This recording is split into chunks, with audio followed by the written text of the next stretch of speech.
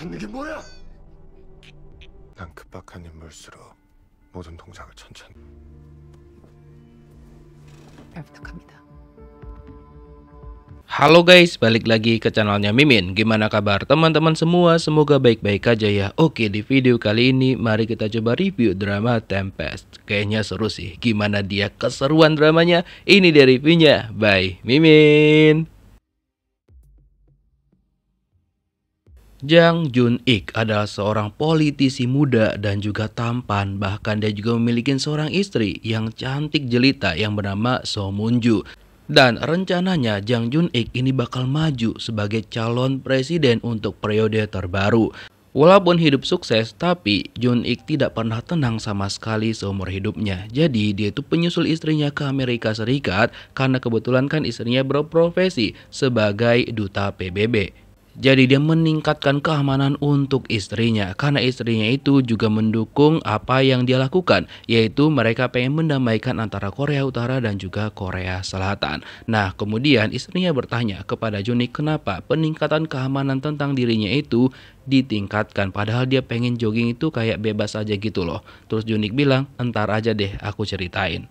By the way, Presiden Korea Selatan pada saat itu bernama Chae Gyeong-shin, seorang perempuan dan dia cukup dekat dengan Moon-ju. Jadi pada saat itu dia meminta kepada Moon-ju untuk berbicara berdua dulu. Sebenarnya dia suka banget dengan kinerjanya So Moon-ju secara pribadi. Tapi masalahnya suami Moon-ju ini adalah orang dari partai yang berseberangan dengan dia ataupun partai lawannya, di mana nantinya mereka bakal bersaing nih untuk pemilihan presiden berikutnya. Terus dia juga bilang sama Moon-ju dia kurang setuju dengan kebijakan yang bakal dilakukan sama Jun-ik, yaitu tentang reunifikasi. Nah, reunifikasi itu adalah kebijakan yang bakal menyatukan kedua belah pihak yang sempat berseteru. Dalam hal ini adalah Korea Selatan dan juga Korea Utara. Oh ya, by the way, Moon-ju ini memiliki seorang teman dekat yang bernama Mi-ji. Jadi apapun yang dilakukan sama Moon-ju, Mi-ji ini bakal selalu mendukung dia. Dan mereka saling membantu sedari dulu. 뭐야?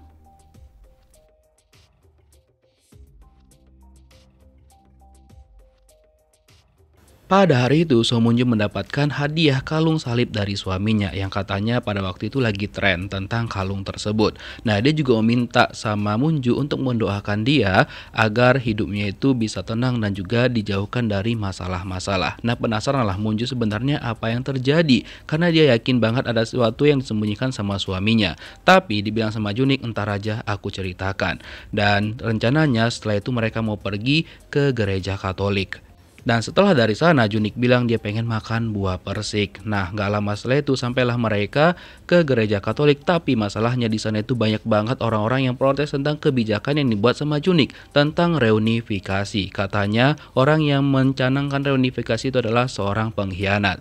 Nah, ketika mereka masuk ke gereja, di dalam sana adalah salah satu orang yang bernama Baek San-ho, di mana dia terlihat sedang merekam kegiatan yang ada di sana. Nah, awalnya kegiatan di situ tuh kan berlangsung dengan hikmat banget, di mana mereka berdoa dan juga memanjatkan doa-doa kepada Tuhan. Nah, kemudian ada salah satu orang yang sangat-sangat mencurigakan gerak-geriknya. Setelah dia membaca Alkitab, dia letakkan Alkitab itu di bawah meja dan dia maju ke depan dan langsung memanggil nama Jang Jun-ik. Dan dia katakan sama Jun-ik bahwa Jun-ik ini adalah orang yang pengkhianat dan dia langsung menodongkan dornya ke arah Jun-ik. Dia mengenai lehernya Jun-ik, lalu Moon-ju langsung maju ke depan untuk menyelamatkan suaminya dia. Tapi tetap aja tuh orang tadi berusaha untuk mendor si Jun-ik lagi. Tapi masalahnya kondisi Jun-ik saat ini itu udah kritis banget. Kemudian semua orang yang ada di sana yang menghalangi dia juga didor sama si tentara tadi. Lalu dia dihalangin sama Baek San-ho dan ketika itu dia langsung memakan obat yang menghilangkan nyawanya sendiri. Seolah-olah dia itu kayak bundir gitu loh. Kejadian tersebut langsung jadi headline news pada saat itu dan Jun-ik langsung dibawa ke rumah sakit untuk mendapatkan pertolongan pertama. Tapi ketika dia menjalankan operasi, kata dokter, Jun-ik tidak bisa diselamatkan. Moon-ju itu kayak lemes banget karena dia nggak menyangka bahwa hal itu terjadi sama suaminya dia. Dan buah persik yang dipengen sama suaminya udah dia beli tapi belum sempat tersentuh sama Jun-ik. Nah, setelah itu dia makan malam tuh bersama mertuanya dan juga neneknya Jun-ik juga bersama dengan adiknya Jun-ik. Adiknya Junik yang bernama Junsang, dia itu mengatakan bahwa dialah yang bakal menggantikan Junik untuk maju sebagai calon presiden. Dan menurut survei, kata dia bisa menang telak nantinya dan dia yakin bahwa dialah yang bakal terpilih. Tapi ibunya kurang setuju dengan rencana Junsang tersebut. Karena menurut ibunya Junsang ini nggak mampu, jadi dia lebih cocok jadi pengacara aja. Setelah itu datanglah orang untuk membacakan surat wasiatnya Junik yang ternyata semua hartanya diserahkan kepada Munju. Pokoknya nggak terkecuali harta-harta di luar negeri diserahkan sama Munju semua. Tapi keluarganya Junik itu nggak setuju, terutama ibunya dan juga neneknya. Mereka itu merasa bahwa itu semua itu nggak adil. Tapi Munju bilang melihat keluarga Junik itu kayak obses banget sama harta, dia jadi paham kenapa Junik menyerahkan seluruh hartanya kepada dirinya. Karena dia selalu direndahkan di keluarganya Junik. Jadi mereka berencana bakal mengajukan banding untuk mendapatkan harta tersebut lagi. Pokoknya mereka gugat gitu agar mereka bisa mendapatkan pembagian yang adil menurut mereka. Tapi kata Munju dia nggak peduli sama sekali. Kalau misalkan kayak menggugat, udah gugat aja. Nah kemudian Munju didatengin tuh sama si Junsang. Katanya udah gini aja. Gimana kalau misalkan seluruh harta yang dikasih sama Junik itu kamu gunakan untuk mendukung aku di pemilihan presiden selanjutnya. Tapi apakah si Munju mau? Oh tentu saja tidak. Dia nggak mau dibohongin tuh sama si Luchnot ini. Terus kan identitas Baek Sanho ini adalah dia adalah seorang prajurit bayaran gitu loh. Dan dia mendapatkan tawaran lagi nih untuk melindungi seseorang yang ternyata itu adalah So Munju. Cuma dia nggak tahu tuh siapakah klien yang menyuruh dia untuk melakukan hal itu. Nah kemudian Sanho mencoba untuk mengikuti Munju kegiatan dia pas dia lari malam. Kemudian dia juga identifikasi bagaimana gerak-gerik si Munju ini. Akhirnya setelah itu dia memutuskan bahwa kayaknya Munju ini tuh nggak perlu dijaga-jaga banget. Karena menurut dia Munju ini adalah orang yang kuat banget dan kayaknya dia masih bisa untuk melindungi dirinya sendiri. Jadi dia memutuskan untuk nggak mau melakukan pekerjaan tersebut. Hingga pada suatu malam, Munju ini bertemu sama Baek Sanho ketika dia baru kelar lari malam. Dimana pada waktu itu Sanho menyerahkan kalungnya Munju yang sempat tertinggal di gereja kemarin yang dia temukan di sana. Terus tiba-tiba Sanho tersadar bahwa mereka berdua sedang diintai sama beberapa orang. Jadi kata Sanho, kayaknya kita pergi deh ke tempat lain untuk bicara karena ada beberapa orang yang ikutin kita. Lalu pas mereka kabur, orang-orang itu berusaha untuk ngejar si Munju sama si Sanho. Tapi mereka kan lari ke hutan dimana kata Sanho dia tahu areal-areal yang bisa dipakai untuk kabur di negara tersebut. Jadi dia yakin banget bahwa orang-orang yang mencari mereka tadi tidak akan bisa tahu di mana keberadaan mereka sekarang. Terus Munju bertanya sama Sanho tentang orang yang ngedor suaminya, kenapa orang itu mengatakan bahwa suaminya adalah mata-mata. Jadi dia tuh bingung banget sebenarnya apa maksud hal tersebut dan siapakah orang yang menyuruh tentara itu untuk ngedor suaminya.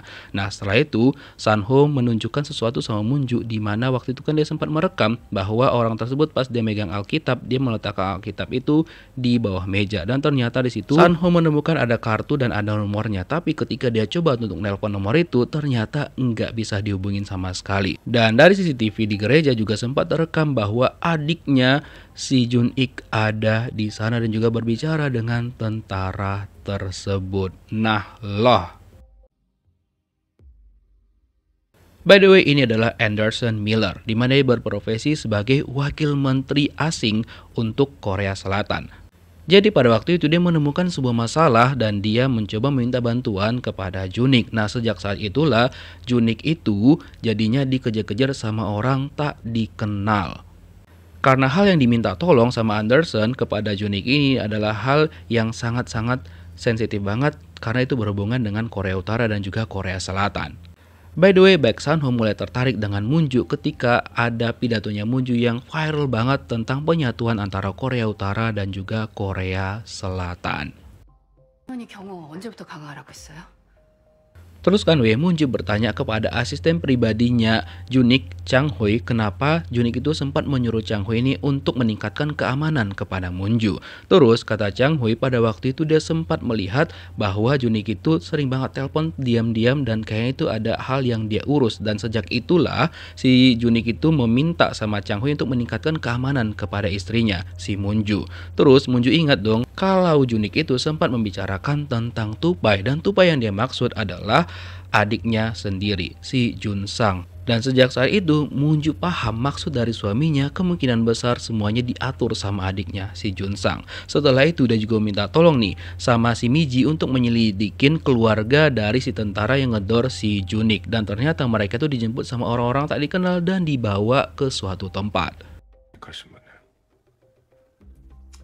Terus kan Sanho tiba-tiba aja disuruh sama pastor untuk meninggalkan negara tersebut. Terus dia bertanya dong sebenarnya apa yang terjadi dan apa hal yang pernah dibahas sama Junik dengan sang pastor. Terus pastor bilang sama Sanho dia nggak bisa mengatakannya, intinya dia pulang aja untuk menyelamatkan keluarganya, terutama ibunya. Dia juga memberikan hadiah kepada Sanho berupa kalung itu dan dia berharap bahwa Sanho bakal dilindungin terus ketika dia memberikan kalung itu dan bakal selalu selamat. Dan dia juga dihadiahkan berupa bir gitu dan Sanho juga meminta untuk membawa Alkitab milik dari sang pastor.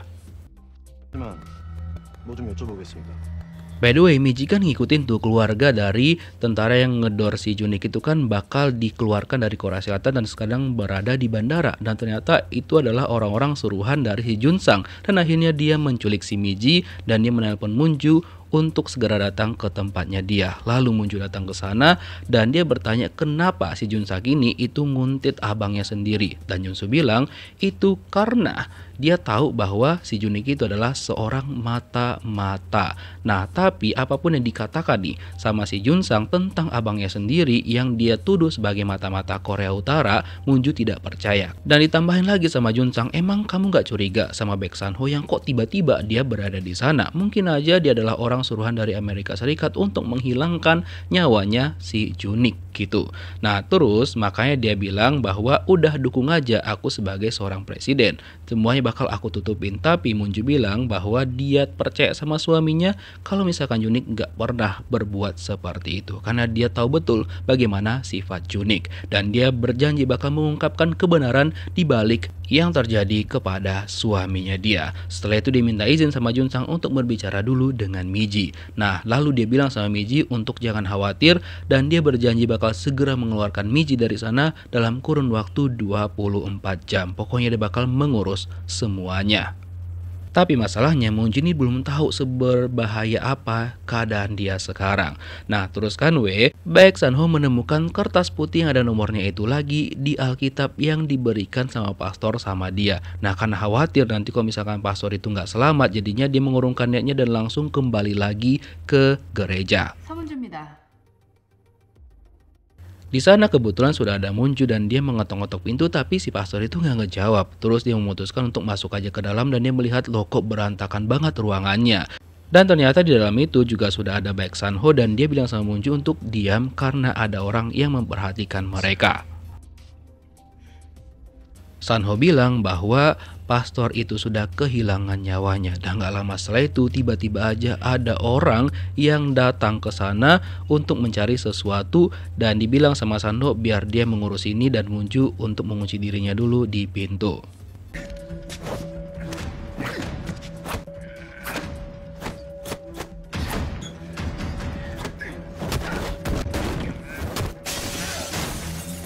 Tapi masalahnya orang tersebut berhasil kabur karena ada petugas gereja yang datang. Kemudian Moonju dan juga Sanho itu mereka buru-buru untuk pergi ke ruang bawah tanah karena Moonju juga nggak mau kalau misalkan nanti dia bertemu dengan si petugas gereja karena nanti pasti banyak banget pertanyaan kepada mereka terkait tentang si pastor ini. Yaudah mereka langsung buru-buru pergi ke pintu rahasia itu. 존경할 만한 분이겠죠? Mertuanya Moonju, Im Ok-sun didatangin sama tangan kanannya presiden, di mana Ok-sun bertanya kepada tangan kanan presiden ini sebenarnya apa yang terjadi kepada anaknya.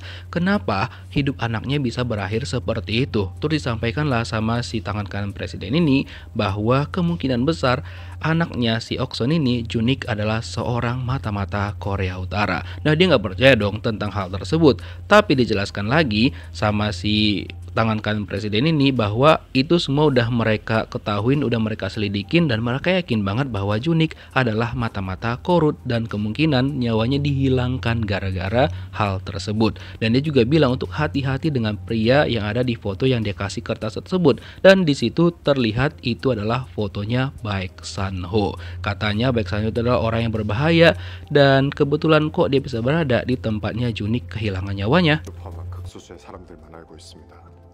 Terus kan Seo Moon-ju curiga nih sama Baek San-ho karena kenapa? Tepat banget dia berada di lokasi kejadian ketika Junik dan juga si pastor itu kehilangan nyawa mereka gitu. Terus kata San-ho, kalau misalkan kamu nggak percaya sama aku, ngapain juga kamu ikut ke ruang bawah tanah bersamaku gitu kan?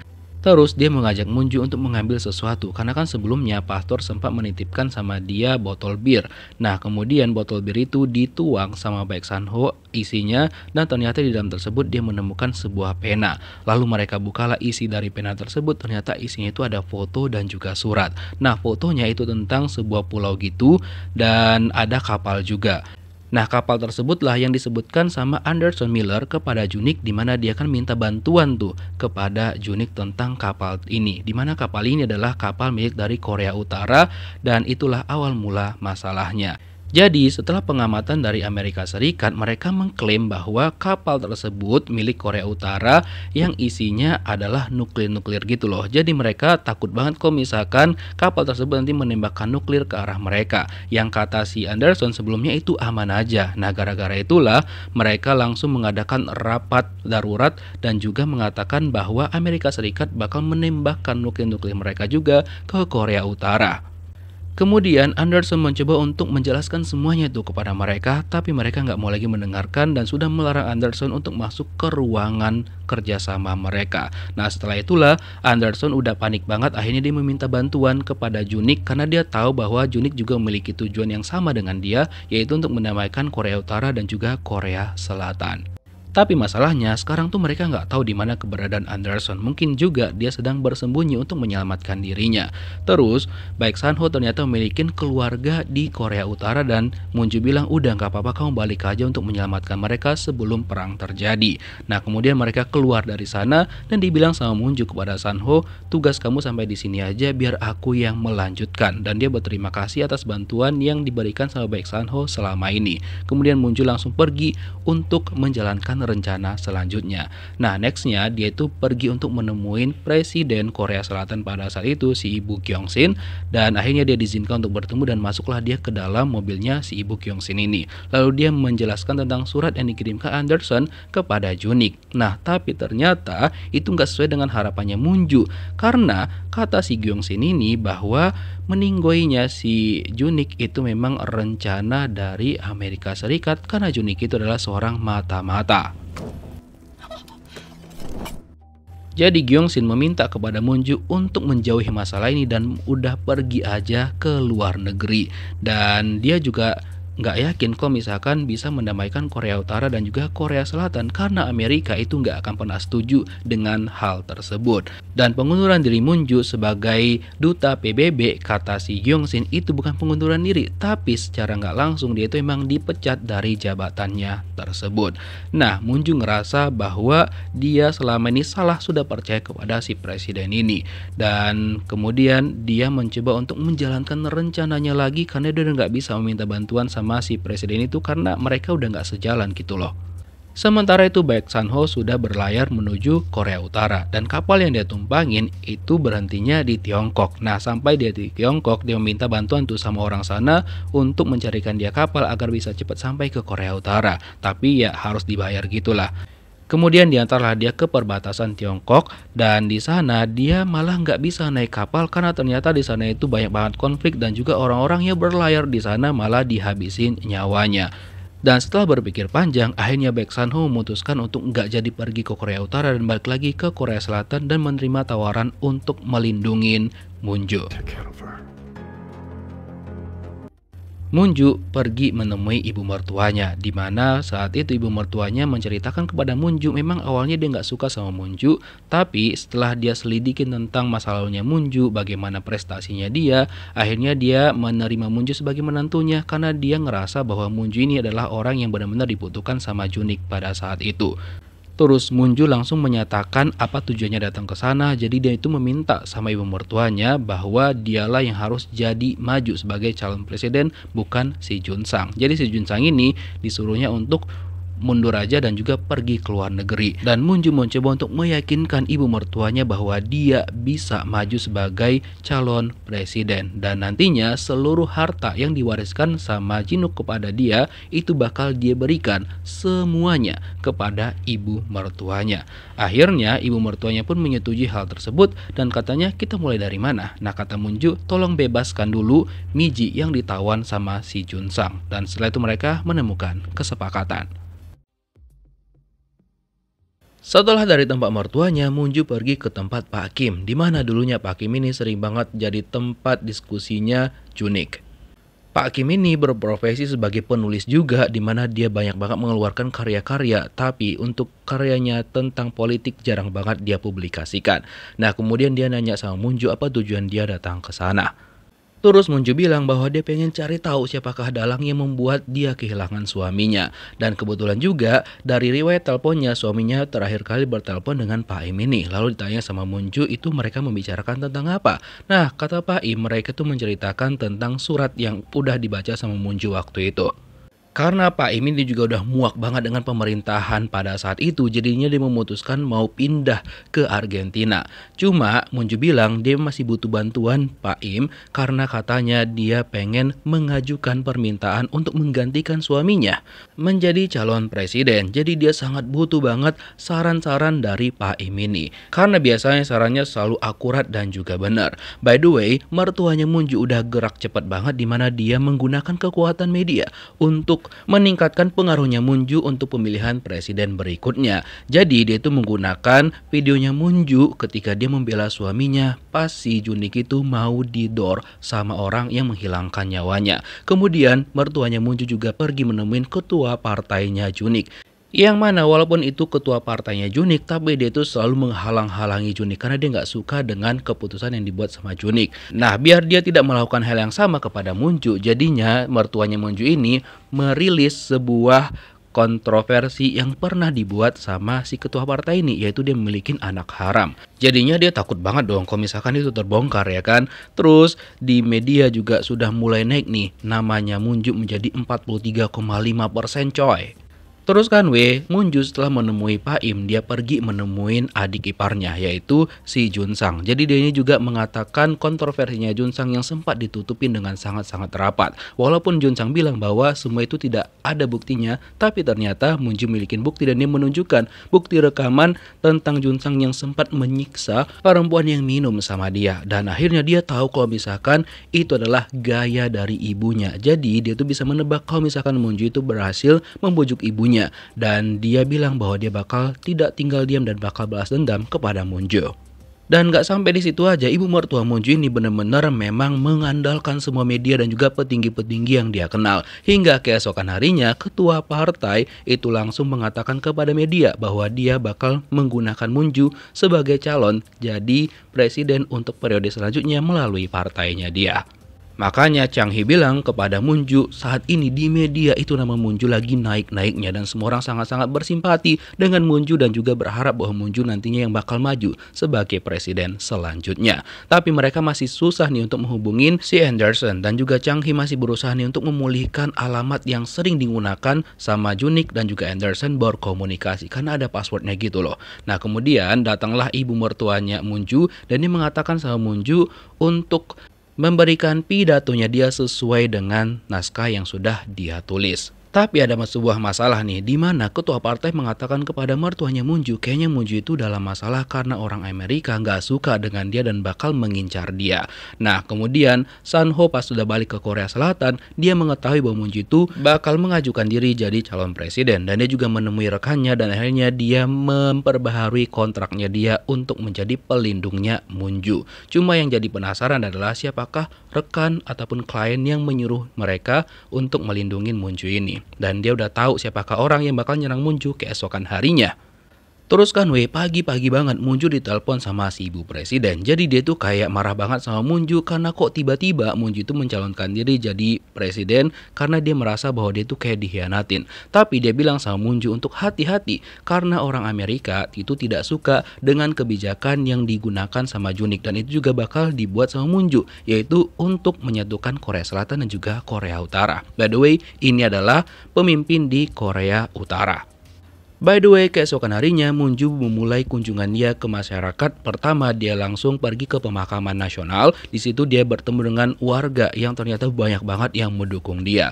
Nah, sementara itu, Sanho sudah bersiap untuk melindungi Munju dari kejauhan. Nah, Munju langsung berinteraksi dengan masyarakat di sana. Mereka membuat penghormatan untuk pahlawan-pahlawan yang telah gugur di pemakaman nasional itu.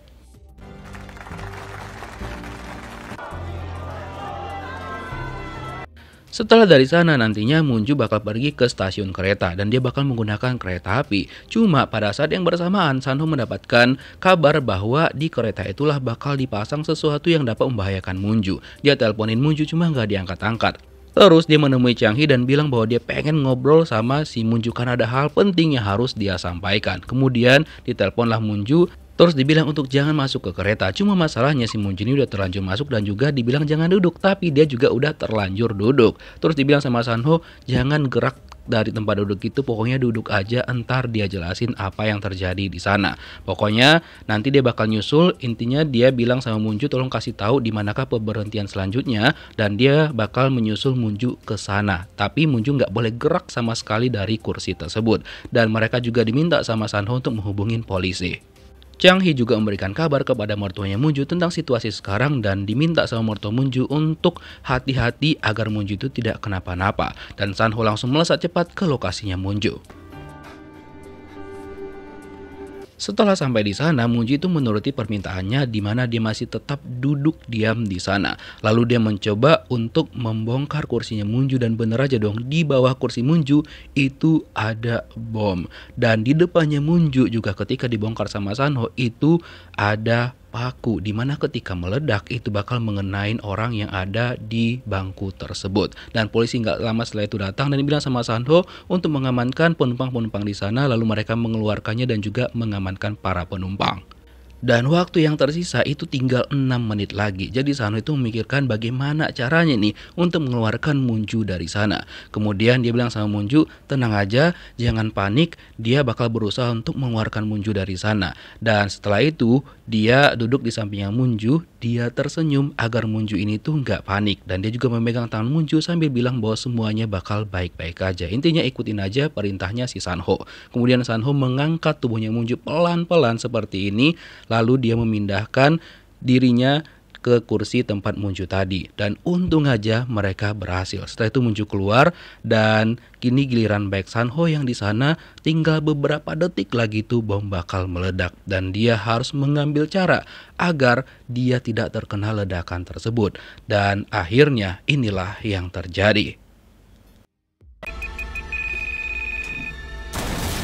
Munju itu kaget banget dan juga takut kalau misalkan terjadi sesuatu kepada baik Sanho. Tapi untung aja Sanho itu nggak kenapa-kenapa walaupun memang ada sedikit luka di tubuhnya dia. Dan Munju akhirnya lebih lega karena akhirnya melihat Sanho di sana. Setelah itu medis datang dan mereka berdua langsung mendapatkan pertolongan pertama. Dan Munju tetap melanjutkan aktivitasnya pada hari itu karena dia nggak mau mengecewakan para pendukungnya. Setelah itu dia melihat ke Sanho, ternyata Sanho itu udah pergi dari sana dan dia nggak tahu si Sanho itu kemana. Nah setelah itu Munju akhirnya sampai ke lokasi selanjutnya dan dia bilang sama ibu mertuanya bahwa dia itu baik-baik aja dan dia tidak akan gugup ketika dia berbicara nantinya di depan publik. Nah setelah itu Munju langsung masuk ke tempat acara dan disambut sama pendukung-pendukungnya dia. Dan dari kejauhan seperti biasa Sanho itu tetap melindungi So Munju. Setelah itu Munju langsung perkenalkan dirinya di depan publik karena kan belum semua orang tahu tentang dirinya dia. 문주라고 합니다. Tapi ternyata apa yang dia sampaikan itu berbeda dengan apa yang ditulis sama ibu mertuanya. Tapi dia tetap dibiarkan untuk menyampaikan dengan versi dia sendiri. Dimana memang Munju ini kan dulunya adalah orang luar gitu, bukan KTP Korea. Tapi dia emang berharap banget bisa ke Korea dan juga menjadi warga negara Korea setelah dia menikah dengan si Junik, dan itu sudah terwujud, makanya dia pengen mewujudkan impian suaminya juga untuk menyatukan Korea Selatan dan juga Korea Utara. Dan dia langsung mengatakan pada malam itu bahwa dia mengajukan diri sebagai calon presiden selanjutnya. Semua orang seneng banget si ketua partai, ibu mertuanya dan juga pendukung-pendukungnya muncul.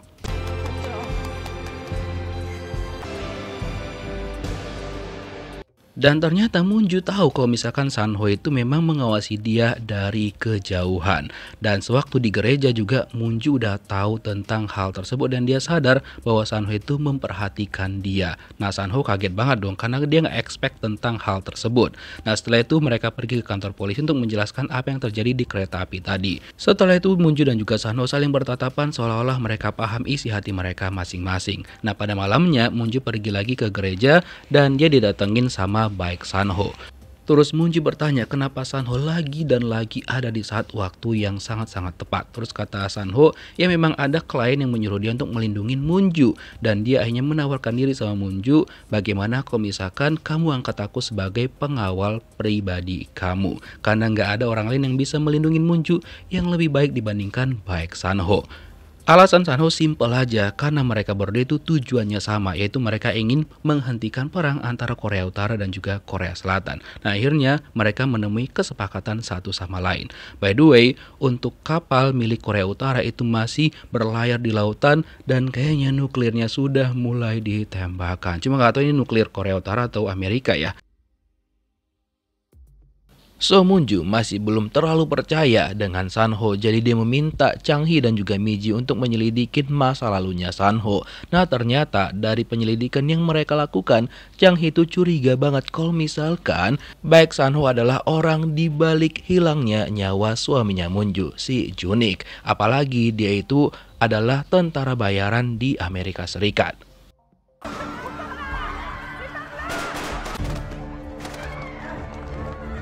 Tapi memang kemampuan dia dalam melindungi seseorang itu nggak diragukan lagi. Bahkan ketika dia melindungi salah satu putri dari konglomerat Arab Saudi itu ternyata nggak luka sama sekali dan juga selamat.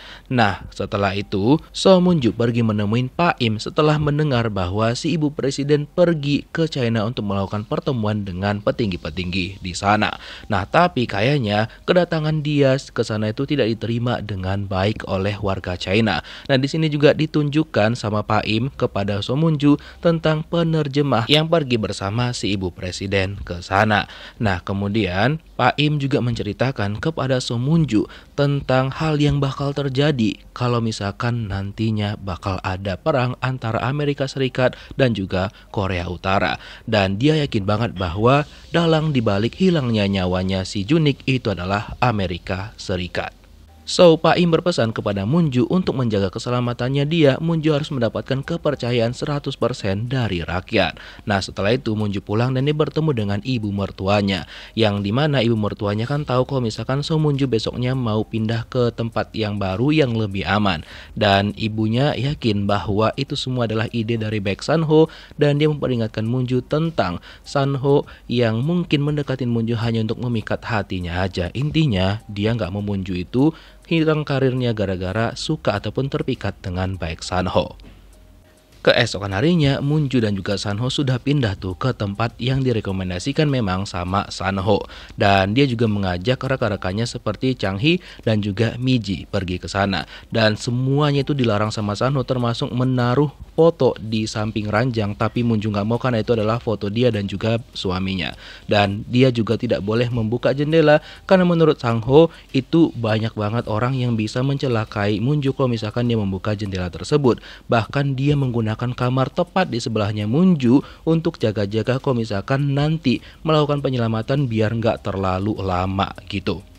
Karena timnya Moonju tuh nggak terima, terus Moonju ngajak Sanho ini untuk berbicara berdua, dimana sebenarnya dia itu juga mau mendengarkan timnya dia, dimana mereka itu sebenarnya kurang sependapat dengan Sanho, jadi bakal susah tuh bekerja sama dengan timnya dia. Tapi Sanho bilang dia lakukan hanya untuk melindungi Moonju aja, nggak ada apa-apa selain itu. Terus setelah itu datanglah ibu mertuanya Munju ke sana untuk melihat kondisi dari tempat tersebut, dan dia curiga banget kalau misalkan Sanho itu mendekatin Munju karena ada maunya. Katanya kepada Chang Hee kayaknya itu nggak wajar aja tuh hubungan mereka seperti itu. Terus dia juga minta bantuan sama Chang Hee untuk melihat alat penyadap yang dipasang di rumahnya karena dia curiga banget kalau rumahnya itu sudah disadap, dan dia juga mencari tahu siapakah orang yang terlibat tentang kehilangan nyawa anaknya dia. Pada malamnya, Song Moon-ju melakukan orasi lagi di depan publik, di mana dia menjalankan pesannya Pak Im untuk menaruh hati dan juga bisa mengambil hati dari para pendukungnya dia dan juga rakyat-rakyat. Nah, tapi pada saat itu Sanho melihat ada orang yang mencurigakan di lantai 2. Dia laporkanlah sama si Chang Hee. Cuma Chang Hee bilang, "Udah, lakukan aja tugas kamu," gitu.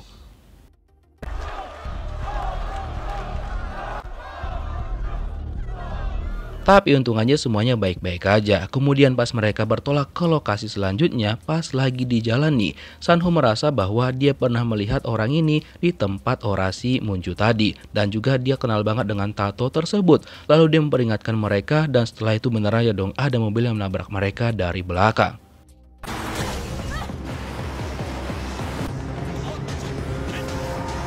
Sanho langsung mengambil kendali mobil itu karena si drivernya udah panik banget. Dan gak lama setelah itu, ternyata di dekat mereka itu juga ada ledakan yang cukup besar, dan untung aja mereka sempat menghindar.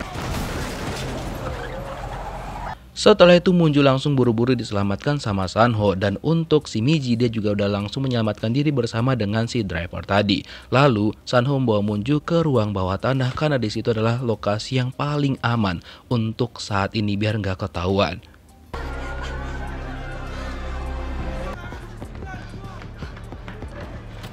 Sanho juga meminta sama Munju untuk menonaktifkan HP-nya untuk keamanan agar mereka itu tidak bisa dilacak lokasinya. Kemudian Chang Hee melihat di berita tentang hal tersebut, lalu diceritakan sama Minji apa yang terjadi. Cuma katanya dia udah berusaha menghubungi Munju dan juga Sanho, tapi nggak ada yang bisa ditelepon sama sekali. Dan Sanho bersama dengan Munju sudah berada di ruang bawah tanah. Terus Sanho itu cerita sama Munju bahwa hal-hal yang udah dia curigai itu udah dia rasakan sedari Munju itu sedang melakukan orasi tadi. Makanya dia bisa bertindak cepat ketika dia juga melihat orang yang sama di dekat perjalanan mereka. Terus dia juga minta sama Munju untuk tetap kuat karena bakal banyak banget bahaya-bahaya ke depannya. Dan dia juga melihat ada luka sedikit di keningnya Munju, dan dia mencoba memberikan obat ke keningnya Munju itu. Setelah itu mereka langsung pergi dari sana. Nah, pas mereka sampai di rumah, Chang Hee itu kayak marah banget sama Sanho karena mereka itu nggak bisa dihubungin sama sekali. Tapi Sanho bilang itu untuk keamanan agar mereka itu nggak bisa dilacak. Terus Miji juga menceritakan kembali kepada Chang Hee bahwa apa yang dibilang sama Sanho itu benar adanya, dan dia kan udah diperingatkan juga sedari tadi tuh sama Sanho, tapi dianya aja yang ngeyel gitu. Nah, setelah itu Sanho juga minta tolong nih sama temannya dia tuh untuk memberitahu siapa sih benarnya klien yang menyuruh untuk melindungi Munju dan kenapa mereka itu tahu lokasinya dia. Karena yang tahu tuh cuma 2 orang, yaitu rekannya dia dan juga si kliennya. Nah, gara-gara si temannya itu nggak mau bilang, jadinya Sanho memutuskan untuk nggak mau lagi bekerja sama dengan mereka. Nah, terus kan si Chang Hee bilang sama si Munju itu Sanho benar-benar mencurigakan, dan mungkin aja bahaya-bahaya yang datang itu gara-gara adanya baik Sanho, bukan karena Munju. Jadi Munju ini kayak tertimpa apesnya aja gitu. Tapi Munju bilang kepada Chang Hee mungkin itu hanya spekulasi Chang Hee aja. Intinya kamu cukup bantu aku aja, itulah kata Munju. Nah, setelah itu Chang Hee bergerak ke rumah mertuanya si Munju, dan di sana dia akhirnya menemukan alat-alat sadap di beberapa ruangan. Salah satunya di tempat adiknya si Junik. Lalu dia memberitahukan kepada mertuanya Munju tentang apa yang dia temukan. Dan kemungkinan besar yang menyadap rumah mereka dan juga menyebabkan Junik kehilangan nyawanya adalah adiknya sendiri. Tapi walaupun kayak gitu, mertuanya si Munju ini curiganya malah sama Munju, karena kan semua hartanya Junik itu dialihkan sama Munju. Jadi dia menganggap bahwa Munju adalah alasan dibalik penghilangan nyawa terhadap Junik. Jadi dia meminta tolong nih kepada si Chang Hee untuk menyelidikin So Munju. Walaupun dia sebenarnya agak bertentangan, tapi ya dijanjikan tuh jabatan dan juga diberikan hadiah jam tangan untuk awal. Jam tangannya pun gak main-main, Rolex coy. Terus kan pada malam itu Munju nggak bisa tidur nyenyak dan dia juga bermimpi buruk. Terus diketahuin sama Sanho dan dia ajaklah Munju untuk jogging bersama. Makanya setelah itu mereka jogging walaupun itu malam-malam biar si Munju ini tidak terlalu kepikiran. Terus Munju juga memastikan tentang rumah yang mereka tempatin sekarang apakah itu ada hubungannya sama Sanho. Sanho bilang iya itu adalah rumah kenalannya dan memang mereka tahu Munju yang bakal dilindungi jadi mereka mau mengosongkan rumah tersebut untuk Munju. Tapi walaupun begitu, Munju bilang sama Sanho bahwa sampai saat ini dia masih belum bisa percaya 100% kepada Sanho. Dan setelah itu karena Sanho yang melindungi dia, jadi dia kembalikan lagi kalung salib yang pernah diberikan sama Sanho kepada dia. Keesokan paginya, Chang Hee menelpon Munju dan mengatakan bahwa dia menemukan HP yang pernah dipakai sama Junik, di mana HP itu adalah HP lain, bukan HP utamanya si Junik. Di mana di sana itu dia menemukan sesuatu hal yang sebenarnya itu di luar Nurul banget. Tapi hal yang dia lihat itu enggak dia kasih tahu sama Munju. Setelah dia berhasil meretas HP tersebut dan juga melihat isinya, dia terlihat kaget banget. Makanya setelah itu dia langsung menghilangkan bukti-bukti juga dari komputernya dia dan dia langsung pergi meninggalkan ruangannya. Nah, ketika dia lagi di jalan, sebenarnya kan di sana ada si Miji yang melihat mobilnya si Chang Hee. Terus dia coba nelpon tapi Chang Hee itu nggak mengangkat sama sekali. Karena Miji curiga, jadinya dia memutuskan untuk mengikuti mobilnya si Chang Hee. Sementara itu Munju dan juga Sanho sampai ke kantor tapi mereka melihat loh kok udah nggak ada nih si Chang Hee dan juga komputernya kok udah kayak di restart gitu. Nah Miji yang mengikutin si Chang Hee menyaksikan mobilnya Chang Hee itu terbalik-balik karena ada mobil di depannya dia yang tidak sengaja menjatuhkan barang-barang tersebut. Dan Chang Hee sempat menelpon seseorang cuma nggak tahu tuh siapa yang dia telepon tadi.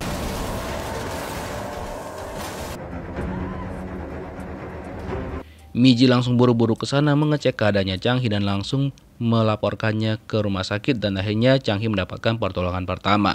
Nah, ketika di rumah sakit kata dia sama Munju kemungkinan besar bahwa ya Junik itu adalah memang mata-mata dari Korut. Dan sebenarnya HP-nya Junik itu ditemukan sama si Miji. Ketika dibuka sama Munju ternyata HP-nya itu udah di-reset juga sama Chang Hee. Sebenarnya apa sih yang disembunyikan sama Chang Hee ini? Nah terus Munju mendapatkan pesan dari seseorang dan menyuruhnya untuk datang ke alamat ini. Dan temanin dia juga sama Sanho. Dan ketika mereka masuk ke sana, betapa kagetnya Munju ketika dia melihat apa yang ada di rumah tersebut. Karena ternyata di sana itu ada beberapa barangnya Junik dan juga ada fotonya Junik bersama dengan seorang perempuan dan juga seorang anak laki-laki. Ini berarti selingkuhannya dia ataupun bukan istri sahnya. Dan gak lama setelah itu si anak datang dan dia bilang sama ibunya bahwa ada seseorang yang datang ke sana. Lalu dia mengajak Munju untuk berbicara berdua. Terus dia bilang sama Munju, kira-kira aku mau cerita dari mana ya, gitu kan. Nah terus Sanho kan paham situasinya, jadi dia mengajak anak si Gundik untuk pergi bermain bersama biar si Gundik bisa ngobrol berdua sama Munju. By the way, si Gundik ini namanya adalah Kang Hana. Dan plot twistnya ketika di gereja hari itu ternyata ada anaknya si Kang Hana ini di sana, di gereja. Dan otomatis Kang Hana ini kan juga ada di sana dan dia menyaksikan bagaimana Junik itu kehilangan nyawanya dan dia nggak suka dengan Munju karena media memberitakan Munju membela suaminya dengan sangat elegan banget, sedangkan dia ya berteriak dan juga menangis seperti ini. Makanya sejak berita-berita baik tentang Munju itu bermunculan, dia semakin gak suka sama Munju. Ditambah lagi dia tahu bahwa Munju ini sedang melanjutkan perjuangannya Junik untuk mencalonkan diri sebagai presiden. Nah makanya dia itu katanya bakal besok pindah ke rumahnya mertuanya Munju ataupun rumah Junik yang sebelumnya. Dan dia berencana juga bakal mengumumkan ke publik bahwa Junik punya anak di luar nikah. Dan dia juga pengen menghancurkan hidupnya Munju. Dan dia juga cerita bahwa ibu mertuanya Munju dan juga neneknya si Junik itu udah tahu semuanya. Dan kalung salib yang diberikan Junik kepada Munju itu ternyata dirancang sama si Gundik ini. Aduh, dan dia memang benar-benar berniat untuk menghancurkan hidupnya So Munju. Nah setelah itu Munju udah muak banget dan dia langsung pergi keluar dari rumah tersebut. 언제부터 알고 계셨어요? Dia langsung menemui ibu mertuanya dan bertanya tentang hal tersebut. Tapi ibu mertuanya mengaku bahwa dia itu seharusnya sudah mengurus si Gundik itu dan juga menyuruhnya untuk pindah ke luar negeri. Tapi Munju itu bilang sama ibu mertuanya kalau misalkan dia tahu dari awal dia sudah menceraikan si Junik udah lama banget. Dan ibu mertuanya bilang kepada Munju, justru momen ini bisa kamu manfaatkan untuk mendapatkan simpati rakyat dan juga dimanfaatkan untuk pencalonan presiden kamu gitu. Tapi Munju nggak peduli, dia bilang sama ibu mertuanya dia bakal memutuskan hubungannya dengan ibu mertuanya. Dan juga kontrak yang pernah mereka bicarakan sebelumnya itu juga dia batalkan. Nah, terus dia juga mengancam ibu mertuanya karena selama ini Munju itu tahu tentang kebusukan-kebusukan dan juga korupsi-korupsi yang pernah dilakukan ibu mertuanya. Jadi dia simpan di kotak perhiasan yang pernah diberikan ibu mertuanya kepadanya. Semua bukti-buktinya dikumpulkan Munju di sana. Kalau dia terdesak dengan ancaman ibu mertuanya, dia bisa menggunakan hal tersebut. Jadi dia minta sama ibu mertuanya si Gundik itu dia nggak mau lihat lagi mukanya sekalipun. Terus datang juga neneknya si Junik yang manas-manasin, katanya sama Munju, kok udah lihat kan cucuku kayak mana? Karena itu Munju langsung bilang tuh sama Miji, udah kita donasikan aja seluruh warisan yang dikasih Junik sama dia. Oh, langsung panik lah neneknya si Junik dan juga menampar Munju. Loh, kenapa? Panik kau dek.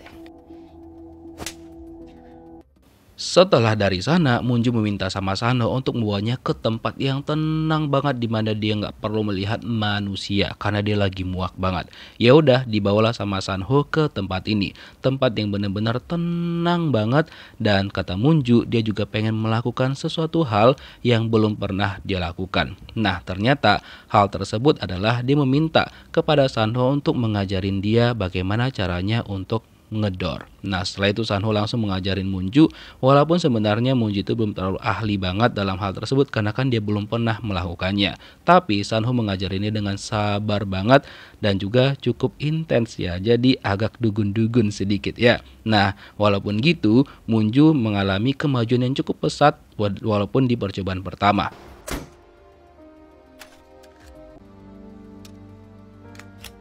Terus dia juga bilang sama Sanho hanya dia paham cara melindungi yang dimaksud sama Sanho. Terus karena dia juga baru pertama pakai pistol, jadinya dia itu ngerasa tangannya agak kaku gitu. Terus coba diurut lah sama Sanho, urutnya itu kayak manis banget, lembut banget.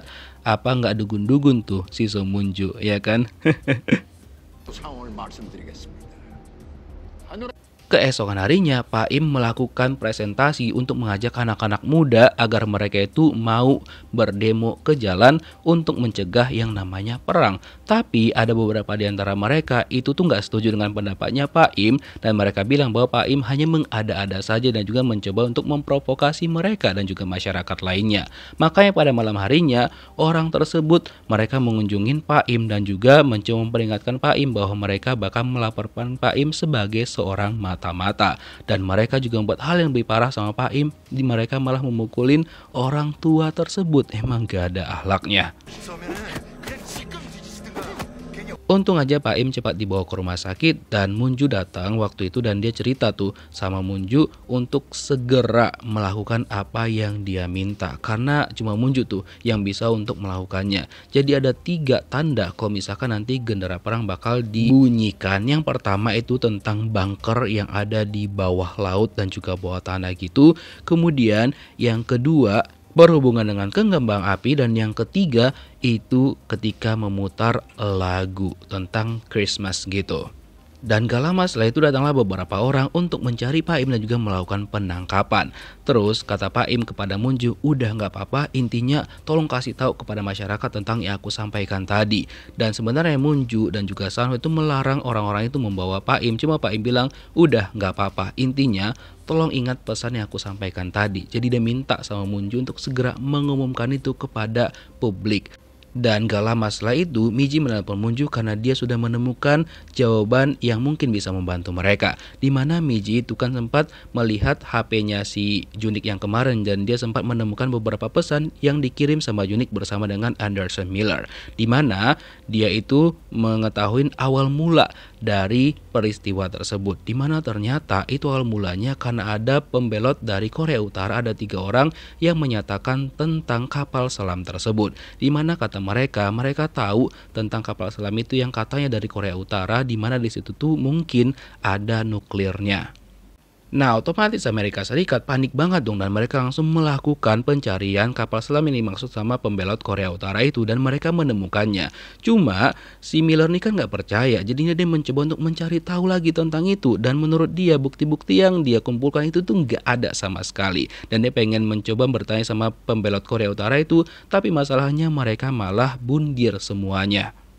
Jadi ketika dia mencoba untuk menjelaskan kepada pemerintah Amerika Serikat, dia itu nggak didengarkan. Jadi mau nggak mau, si Miller ini mencoba untuk menyelesaikannya secara sendiri, tapi dia tetap butuh bantuannya si Junik. Makanya dia tuh menghubungi Junik pada saat itu. Dan ketika dia selidikin juga, ternyata biang keroknya itu ada orang Korea yang bernama Stella Yang. Dan menurut Miller, kayaknya si Stella ini masih ada di Korea. Dan ketika dia cek paspornya si Stella, itu tuh nggak ada fotonya. Nah, heranlah Junik, lo emang bisa paspor diterbitkan tanpa adanya foto gitu. Jadi mereka berdua kayak ya penasaran aja, terus diselidikin lah sama si Junik, dan dia kayaknya tahu siapakah sosok dari Stella Young itu. Cuma masalahnya 2 hari kemudian si Junik malah kehilangan nyawanya, dan itulah awal mulanya. Nah, pada malamnya si ibu presiden habis berdoa di gereja, dia akan bertemu dengan Pak Pastor. Tapi ternyata di balik bilik itu yang ada di sana adalah So Moon-ju. Jadi So Moon-ju ini sebenarnya bilang sama si ibu presiden belum terlambat nih untuk mengatakan kepada publik hal yang sebenarnya. Tapi tetap aja si ibu presiden ini nggak mau, dan dia bilang sama Moon-ju bahwa kami itu nggak paham dengan apa yang terjadi karena kami itu nggak pernah berada di posisinya aku gitu katanya. So dia tetap nggak mau bekerja sama dengan So Moon-ju. Makanya setelah itu Moon-ju pengen bertemu dengan duta besar China yang ada di Korea Selatan, dan dia bertanya kepada duta besar ini apakah dia setuju tentang perang yang bakal dilakukan sama Amerika. Kata dia, ya dia setuju-setuju aja. Dan jawabannya juga sama dengan si ibu presiden, di mana dia bilang kepada Moon-ju bahwa Moon-ju itu nggak paham tentang apa yang terjadi selama ini. Dan dia juga bilang sama Moon-ju, kamu boleh keras kepala dan juga mungkin kamu cerdas dan juga pintar, tapi kemungkinan besar kamu bakal kehilangan nyawa kamu kalau misalkan kamu nggak mau keluar dari hal ini. Setelah itu, So Moon-ju dalam perjalanan untuk melakukan orasi lagi di depan pendukung-pendukungnya dan juga seluruh masyarakat di Korea Selatan pada saat itu, di mana dia membicarakan tentang hal yang dipesankan sama Pak Im kemarin. Jadi, dia mengatakan kepada halayak ramai di sana bahwa kemungkinan besar bakal ada perang antara Amerika Serikat dan juga Korea Utara, di mana dia juga memberikan peringatan kepada si ibu presiden ini untuk keluar dari kandangnya dan juga memberikan informasi yang benar kepada publik. Tapi ternyata si ibu presiden ini sudah memberikan keamanan di sana untuk segera melakukan penyerangan kepada Moon-ju dan juga Baek San-ho, di mana mereka udah sampai di lokasi, tapi Moon-ju nggak nyerah dan tetap meminta dukungan kepada publik tentang hal yang dia katakan. Nah, setelah itu dia juga melakukan panggilan video dengan Anderson Miller, di mana Miller juga menyampaikan apa yang dia temukan, karena kemungkinan besar itu hanya spekulasi Amerika Serikat saja, karena memang mereka mencari-cari alasan untuk melakukan penyerangan kepada Korea Utara dan juga tidak pernah menginginkan yang namanya perpaduan ataupun perdamaian antara Korsel dan juga Korut. Terus si pembelot Korut juga bilang bahwa dia tuh pun nggak tahu itu kapalnya ada atau enggak. Ya intinya dia cuma tahu dari atasannya dia hafalin aja tuh kata-katanya. Nah terus orang suruhan dari si presiden itu sudah bergerak untuk melakukan pendoran kepada Moon-ju dan juga San-ho.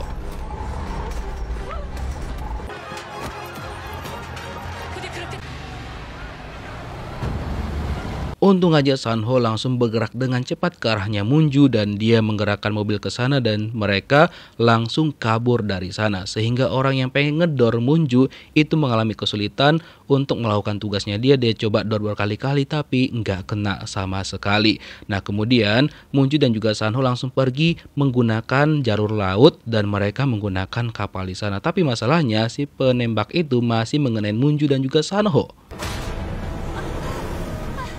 Untung aja yang kena itu tangannya Moon-ju, jadi dia bilang sama San-ho dia itu baik-baik aja. Nah setelah mereka sampai ke tempat yang aman, San-ho mencoba untuk mengobatin tangannya Moon-ju dan dia bilang sama Moon-ju mungkin itu bakal sakit banget. Jadi kamu tarik napas kamu dalam-dalam dan juga hembuskan pelan-pelan. Dia juga minta sama Moon-ju yang lebih sakitnya itu adalah part selanjutnya. Jadi dia bilang udah kamu gigit aja pakai ini biar pas teriak itu nggak terlalu kedengaran banget.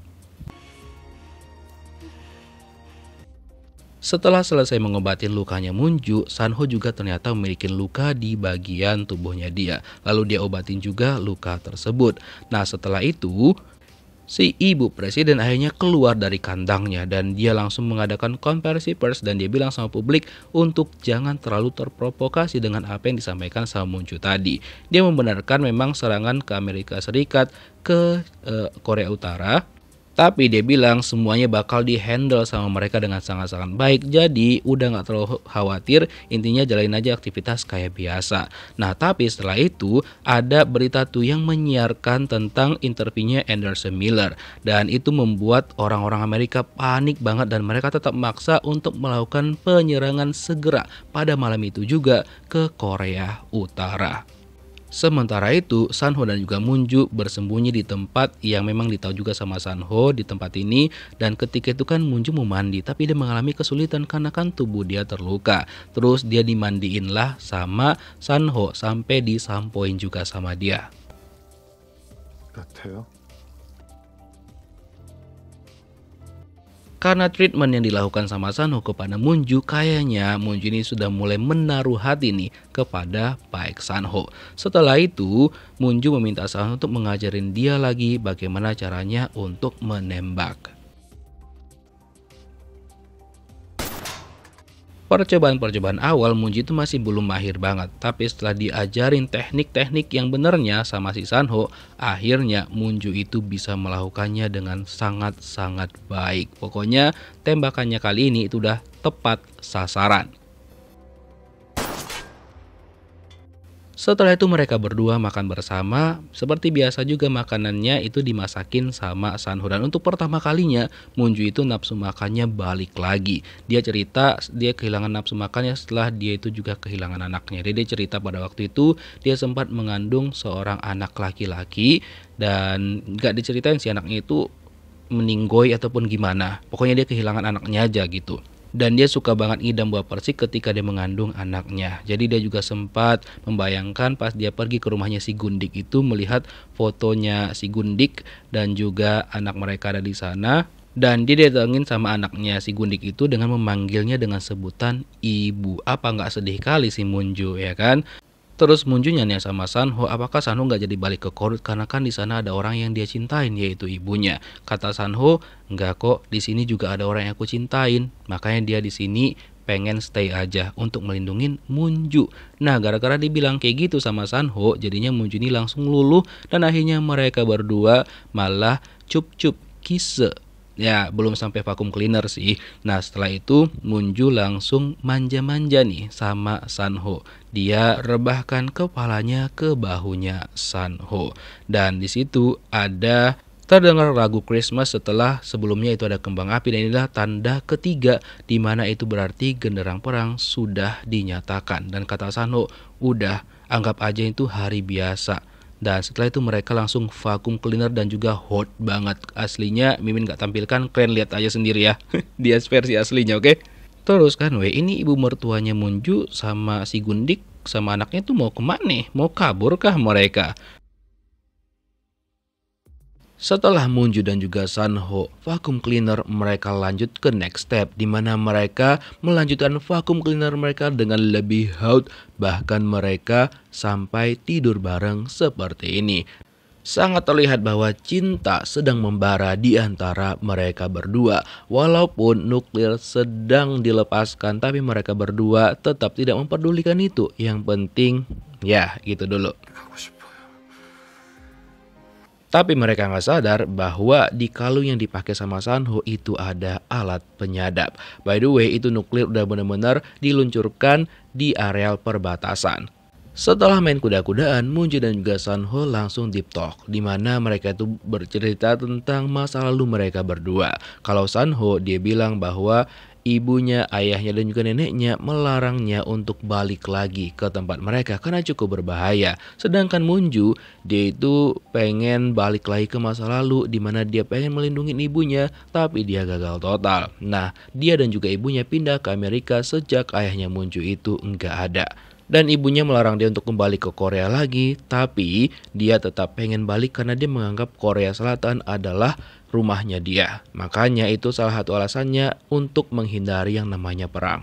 Teruskan ternyata kapal selam yang dimaksud sama orang Amerika itu ternyata hoax aja, dan ketika diperkenalkan tuh sama Korea Utara dan mereka membuktikan bahwa kapal selam itu nggak ada nuklirnya sama sekali, Presiden Amerika Serikat itu marah banget sama bawahannya dia ini, dan dia bilang bahwa bertanggung jawablah atas apa yang sudah kamu nyatakan. Nah kemudian dia langsung menelpon si Presiden Korea Selatan dan bilang bahwa untuk segera menyingkirkan Seo Moon-ju, karena apapun yang terjadi mereka nggak peduli, intinya perang harus dilaksanakan. Makanya setelah itu si Gyeong-sin langsung memberikan kabar kepada warga-warganya bahwa sekarang kondisi itu sudah semakin membaik, tapi walaupun gitu mereka bakal tetap melakukan penjagaan kepada warga-warganya karena katanya Korea tidak akan pernah gentar ataupun mundur. 상해 실장님이 깨어났어요. By the way, Miji mengabarkan kepada Moon-ju bahwa Chang-hee sudah siuman. Nah kemudian Chang-hee menceritakan semuanya kepada Moon-ju. Nah ternyata Chang-hee memang menemukan sebuah pesan yang belum sempat dibaca sama Junik di HP-nya Junik itu. Nah ketika dibuka sama Moon-ju dan mereka lihat sama-sama, ternyata itu adalah salah satu video yang menunjukkan bahwa kemungkinan besar si Junik itu adalah memang mata-mata dari Korea Utara, di mana di video itu ada Junik sedang mendapatkan hadiah kehormatan dari pihak Korea Utara.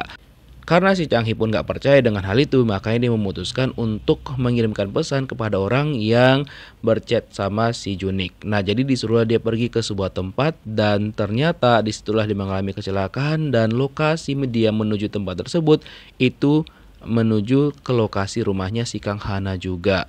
Atas dasar itu, Sanho curiga kalau misalkan si Stella Young yang mereka cari selama ini adalah Kang Hana. Mengingat juga anaknya Hana kan sempat cerita sama Sanho bahwa mereka tuh sering bepergian ke luar negeri. 여기 들어와서는 꿈을 꿨거든요. Sementara itu si Hana sekarang kan sudah tinggal di rumah lamanya Junik, dan dia seneng banget karena anaknya sudah mendapatkan kasih sayang dari neneknya dan juga buyutnya. Jadi dia tuh nggak perlu sembunyi-sembunyi lagi dan bakal go public tentang hubungannya dengan Junik. Dan ternyata Kang Hana tahu bahwa fakta Junik itu bukanlah anak kandung dari Oksun, yang ternyata Junik itu adalah anak dari Gundik ataupun selingkuhan ayahnya Junik, tapi ibu tirinya ini memutuskan untuk tetap membesarkan Junik dan juga mendidiknya sama seperti anaknya sendiri. Teruskan Sanho dan juga Moon-ju bakal berencana segera meninggalkan Korea. Tapi kata Miji, sebelum itu mereka harus segera keluar dari rumah itu karena kata Miji tempat itu tuh udah disadap. Nah makanya nggak lama setelah itu ada informasi di media sosial dan juga di berita yang mengatakan bahwa ada rekaman Moon-ju dan juga Sanho itu diduga memiliki hubungan khusus untuk membuat publik itu berpendapat negatif kepada Seo Moon-ju. Bahkan rekaman mereka ketika lagi main kuda-kudaan itu juga ada dan juga dirilis ke publik. Makanya setelah itu Sanho mencari-cari di manakah alat penyadap tersebut, tapi dia nggak jumpa sama sekali. Dan dibilang sama Moon-ju, udah nggak apa-apa, toh aku juga nggak menyesal melakukan hal yang kita lakukan tadi malam. Kemudian Moon-ju langsung memeluk Sanho dan bilang bahwa ada kapal yang bisa mereka naikin untuk malam itu. Cuma masalahnya pas dilihat sama si Sanho di berita, kalau cuaca itu lagi buruk banget. Dan akhirnya dia itu berencana pergi ke tempat rekannya dia karena dia merasa dibohongin sama temennya itu, kayak dijebak gitu loh. Dan dia bilang sama Moon-ju untuk stay dulu di sana karena bentar aja dia pergi dan bakal balik lagi. Awalnya Moon-ju mau ikut, tapi dibilang sama Sanho itu tuh cukup berbahaya hal yang mau dia lakukan karena nantinya Moon-ju bakal bisa terluka. Setelah Sanho pergi, Moon-ju mendengarkan rekaman yang dirilis ke publik tentang pembicaraan dia sama Sanho ya sewaktu mereka lagi kuda-kudaan. Nah dari sanalah dia tahu bahwa alat penyadap itu ada di kalungnya Sanho. It was another bug. Sementara itu Sanho mendatangi rekannya karena dia tahu dan juga sadar bahwa yang memasang alat penyadap di rumah tersebut adalah temannya ini. Karena selama ini kan dia kira dia itu dibantu tapi ternyata gagal sama sekali.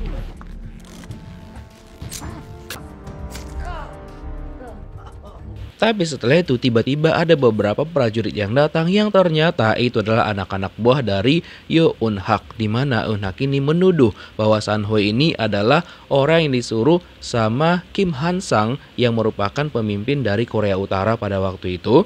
Dia juga dituding mendekatin Moonju karena disuruh sama Kim Han Sang seolah-olah dia bakal melindungi, tapi ujungnya nanti dia bakal menyingkirkan So Moonju. Nah, San Ho juga diancam tuh sama si Eun Hak untuk menghilangkan nyawa neneknya ataupun mengganggu neneknya San Ho kalau misalkan dia enggak mau nurut. Jadi dibilang sama si Eun Hak, kamu pergi aja naik kapal sama si Moonju besok, jadi kamu pura-pura jatuh dan Moonju nantinya bakal difitnah, dan juga itu dapat menurunkan reputasinya. Dan semua itu ternyata didengar sama Moonju karena kan San Ho masih pakai kalung tersebut, dan ketika kalung itu jatuh, di sanalah San Ho tahu bahwa alat penyadapnya ada di kalung tersebut, dan dia juga tahu kalau Moonju mendengarkan percakapan mereka tadi.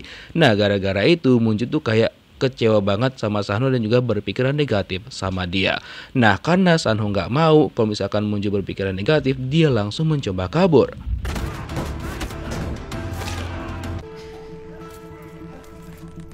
Setelah dia mengalahkan anak-anak buahnya si Eun Hak, dia langsung pergi kabur dari sana dan juga mencoba pulang ke rumah dan menemui So Moonju. Tapi ternyata Moonju itu udah duluan kabur karena dia udah nggak percaya lagi sama baik San Ho. Pokoknya dia kecewa banget.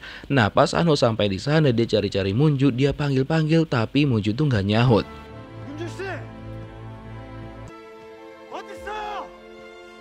Moonju pergi sejauh mungkin agar dia nggak ditemukan sama Baek San Ho. Lalu setelah dia rasa aman, dia berbaring sebentar dan juga ngerasa bahwa dia itu sangat-sangat bodoh banget karena sudah percaya bahkan jatuh cinta sama Baek San Ho. Setelah itu ada orang yang mengirimkan pesan kepada Moonju, di mana dia itu dikirimkan sebuah video yang mengatakan bahwa kapal selam milik Korea Utara itu ada, dan ditontonlah sama Moonju kapal tersebut. Lalu dia tanya siapakah orang yang mengirimkan itu kepada dia. Nah, kata orang itu, udah kamu datang aja ke pelabuhan tanggal 2 November jam 10 malam. Wow. Baek San Ho balik lagi menemui temannya yang berusaha untuk kabur tapi keciduk sama San Ho, dan dia bertanya siapakah Stella Yong sebenarnya dan meminta kepada temannya untuk menyelidikin tentang Stella Yong seluruhnya apapun itu. By the way, Anderson teleponan sama Moonju terkait dengan video kapal yang baru aja dilihat sama Moonju. Terus dia bilang sama Anderson, dan Anderson mengatakan bahwa itu adalah kapal yang selama ini tuh dia bayangkan bukan seperti yang diberitakan selama ini. Dan dia juga mengatakan bahwa dia tuh difitnah tentang kapal tersebut dan akhirnya dia dikucilkan dari pekerjaannya dan juga di Amerika. Nah, by the way, apapun yang terjadi, mau berita itu benar ataupun tidak, mereka bakal tetap melaksanakan yang namanya perang. Karena menurut mereka itu nggak boleh mundur karena sudah menyatakan tentang perang tersebut. Nah, sementara itu, demi menjawab rasa penasaran Moonju tentang siapa sebenarnya Stella Yong dan juga untuk membersihkan namanya, dia berniat bakal pergi ke lokasi yang dibilang sama orang yang mengirimkan dia pesan. Cuma dibilang sama Miji untuk nggak usah, cuma Moonju bilang nggak apa-apa dan dia meminta kepada Chang Hee untuk menemani dia ke pelabuhan itu. Nah, pergilah mereka ke sana dan ketika Chang Hee mengecek keadaan sekitar, karena itu kan luas banget, ada seseorang yang mengikuti Moonju. Lalu dia ceklah orang tersebut yang ternyata itu adalah Baek San Ho, di mana Moonju itu marah banget sama San Ho dan bilang kepada San Ho bahwa dia itu udah nggak membutuhkan San Ho lagi karena dia benar-benar kecewa dan juga marah banget kepada Baek San Ho. Tapi San Ho bilang sama Moonju bahwa ya memang bukan Moonju yang butuh dia, tapi dialah yang sangat-sangat membutuhkan Moonju. Karena udah terlanjur kecewa banget kepada San Ho, jadinya Moonju bilang sama dia untuk jangan deket-deket sama dia lagi dan jangan mencari dia lagi, bahkan jangan menelpon ataupun menghubungin dia. Setelah itu Moonju pergi meninggalkan Baek San Ho. Nah, setelah itu pas di jalan, sebenarnya kan si Chang Hee itu cerita sama Moonju bahwa awalnya memang curiga sama San Ho, tapi setelah dia selidikin ternyata San Ho itu orangnya baik dan juga memang peduli banget sama Moonju. Cuma kali ini Moonju lagi nggak mau ngebahas tentang San Ho dan dia minta tolong sama Chang Hee untuk memberhentikan mobilnya sejenak karena dia tuh gak enak badan. Nah, ketika berhenti ternyata Moonju itu muntah-muntah. Dan pas pertemuan dia sama Sanho tadi, ternyata di sakunya Munju itu dimasukin HP sama Baek Sanho. Karena memang Baek Sanho bakal menghubungin dia melalui HP ini. Sementara itu Sanho sedang sibuk nih untuk mencari siapa sih identitas dari Stella Young ini. Dia benar-benar mencari dan kulik-kulik masa lalunya, terutama si Kang Hana, karena dia curiga banget sama Hana bahwa dialah si Stella Young. Nah, untuk Kang Hana kali ini dia lagi berdandan tuh karena dia mau tampil di publik. Dia juga menyiapkan beberapa barang seperti ada di pena dan juga pil dalam bentuk racun. Nah, setelah itu dia pergilah ke hadapan publik di media. Dia mengatakan bahwa dia bisa menjamin perkataannya itu benar adanya dan dia punya bukti bahwa Munju dan juga Sanho itu bekerja sama dan kemungkinan besar mereka berdua adalah orang yang menyebabkan Junik itu kehilangan nyawanya. Dia bersiap juga diperiksa dan juga diproses secara hukum karena katanya bukti-bukti yang dia kumpulkan itu benar-benar kuat dan akurat. Terus kan ada seorang pengacara yang jauh-jauh dari Argentina yang memang sengaja diundang sama Miji. Nah, kemudian dipertemukanlah dia dengan Munju yang ternyata dia itu kenal dengan si Junik. Karena kata dia dulu sekitar 5 tahun yang lalu Junik itu sempat mendirikan perusahaan cangkang sebanyak 4 di Argentina. Nah, jadinya itu udah berkembang pesat dan juga sekarang kekayaannya itu sekitar 2 triliun won. Dan dia pergi ke Korea karena mendengar apa yang terjadi kepada Junik. Dan dia juga melihat di berita bahwa Junik itu memiliki seorang istri yaitu So Munju. Makanya dia pergilah ke Korea untuk mencari So Munju. Karena memang hartanya Junik itu kan banyak banget di sana. Jadinya dia juga mencari tahu dong kepada siapa harta-harta itu bakal diwariskan. Tapi masalahnya kata si Jo ini bahwa orang yang mewakilin si Junik itu di sana adalah seseorang yang bernama Stella Young. Namun Pak Kim ini menawarkan bantuan nih sama Munju karena kan dia yang paling paham dan juga paling tahu tentang harta-harta Junik di Argentina itu. Nah, kemudian Munju bilang oke, dia mau menerima bantuan dari si Pak Kim ini asalkan nantinya dia bekerja dengan baik dan dia bakal memberikan komisi yang gede banget yaitu sekitar 5% dari total harta kekayaan Junik di sana. Dan akhirnya mereka menemuin kesepakatan, terutama mereka juga harus mencari tahu siapa sih Stella Young itu sebenarnya. Dan Munju juga meminta transaksi-transaksi yang pernah dilakukan oleh Junik dan juga si Stella Young itu. Terus kan Kang Hana didatengin sama Baek Sanho, di mana Sanho langsung menduga bahwa Hana ini adalah si Stella Young. Tapi ketika dia tanya, Hana ini seolah-olah nggak tahu apa-apa dan dia bilang sama si Sanho, emang menurut kamu aku si Stella Young itu? Katanya kayak gitu. 나야? Baek Sanho percaya banget bahwa si Hana ini adalah Stella Young. Tapi dia bilang kepada Sanho tujuan dia menyakitin Munju adalah karena dia pengen banget menang dari Munju. Makanya ya dia itu pengen Munju itu hancur agar dia bisa unggul walaupun cuma sekali aja. Nah, kemudian Sanho mencoba nih menguji si Hana ini. Dimana setelah dia cari-cari informasi tentang si Hana, ternyata dia bukan Stella Young yang asli. 스텔라 형이 아니야. Karena di hari si Stella yang asli menandatanganin pembelian untuk pembuatan kapal selam itu, ternyata Kang Hana lagi berada di luar negeri. Nah, ternyata si Junik juga curiga kalau misalkan Hana adalah si Stella Young, tapi ternyata bukan dia. Nah, karena itu udah ketahuan kan Hana itu mencoba untuk menghilangkan nyawanya sendiri, tapi dihalangin sama Sanho.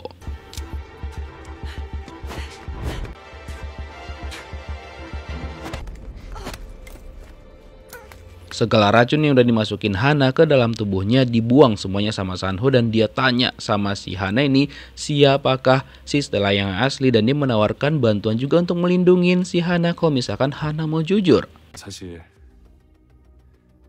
Oh ya, Kang Hee akhirnya jujur kepada Munju bahwa dia pernah disuruh sama ibu mertua Munju untuk menyelidikin dia karena dia juga memang sempat curiga sama So Munju.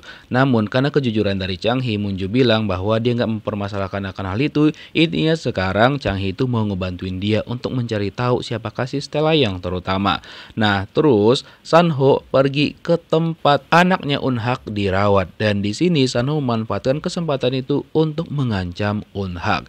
Di mana dia itu benar-benar nggak menyangka kalau misalkan Munju itu mereka tuduh sebagai mata-mata dan dan juga mereka tetap pengen perang itu berlangsung. Makanya mereka pengen menyingkirkan Munju karena Munju itu menghalangin perang tersebut. Intinya apapun yang terjadi, perang harus tetap dilaksanakan. Walaupun kapal selam itu nggak terbukti benar beritanya, itu hanya mereka jadikan alasan aja demi membuat perang itu terjadi. So mereka nggak peduli sama sekali. Intinya tujuan mereka harus tercapai. Sementara itu Miji mengatakan kepada Munju bahwa dia sudah menemukan kapal yang bisa tuh mereka naikin agar Munju itu bisa keluar dari Korea. Karena kan dia lagi di boykot untuk naik pesawat karena berita yang sudah beredar tentang dia. Nah tapi dibilang sama Munju bahwa dia itu kayaknya masih banyak hal yang harus dia selesaikan di Korea. Jadi dia itu memutuskan untuk gak mau balik dulu. Nah keesokan harinya dibilangkan sama Miji dicariin tuh dia sama Pak Im. Nah pergilah si Munju menemui Pak Im ini. Dan dia ajaklah Pak Im untuk meninggalkan Korea. Cuma Pak Im bilang, kamu duluan aja deh, tuh aku juga udah tua kan katanya. Nah terus si Munju itu kan maksa nih Pak Im untuk ikut sama dia. Karena ternyata Munju itu udah curiga banget bahwa Pak Im ini tuh nggak 100% baik sama dia. Tapi ternyata ada udang di balik bakwan. Nah dibawalah Pak Im ini sama Munju ke dekat tebing yang di bawahnya itu ada laut yang luas banget. Nah kemudian Munju meminta kepada Pak Im ini untuk jujur sama dia sebenarnya dia ini siapa.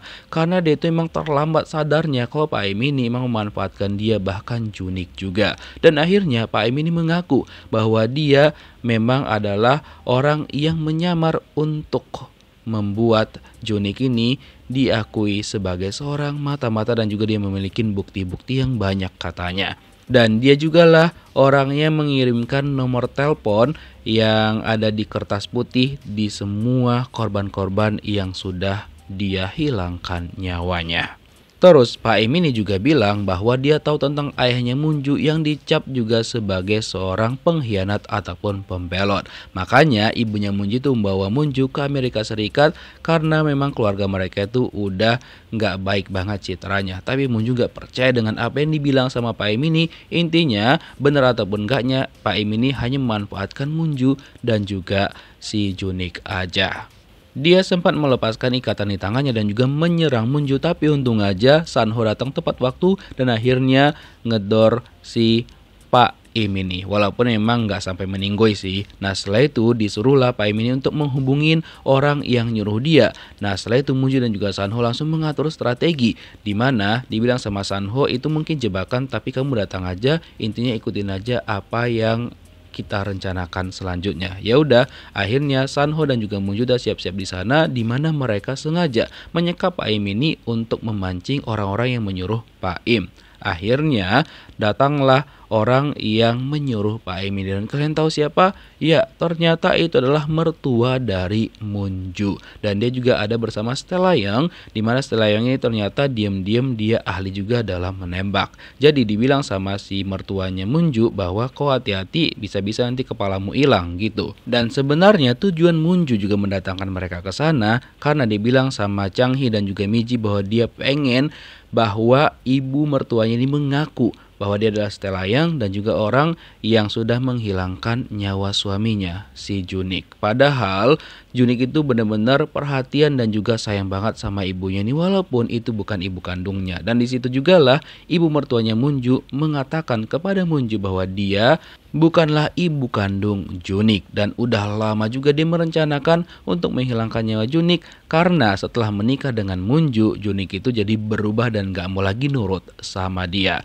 Nah, terus dia suruhlah si Hana kan untuk ngedor si Munju, tapi ternyata Hana gak mau dan dia berbalik, malah dia ngedor si ibu mertuanya Munju ini. Dan ternyata Junik udah tahu dong si Stelayang itu yang mau dia ceritakan sama Munju waktu itu, bahwa Stelayang itu adalah ibunya sendiri ataupun ibu mertuanya si Munju. Gak lama setelah itu datanglah Unhak dan dia berusaha untuk menghilangkan nyawanya Munju dan juga si Stelayang. Pokoknya yang pakai senjata hilangkan aja nyawanya. Tapi mereka nggak tahu kalau misalkan Sanho ada di sana.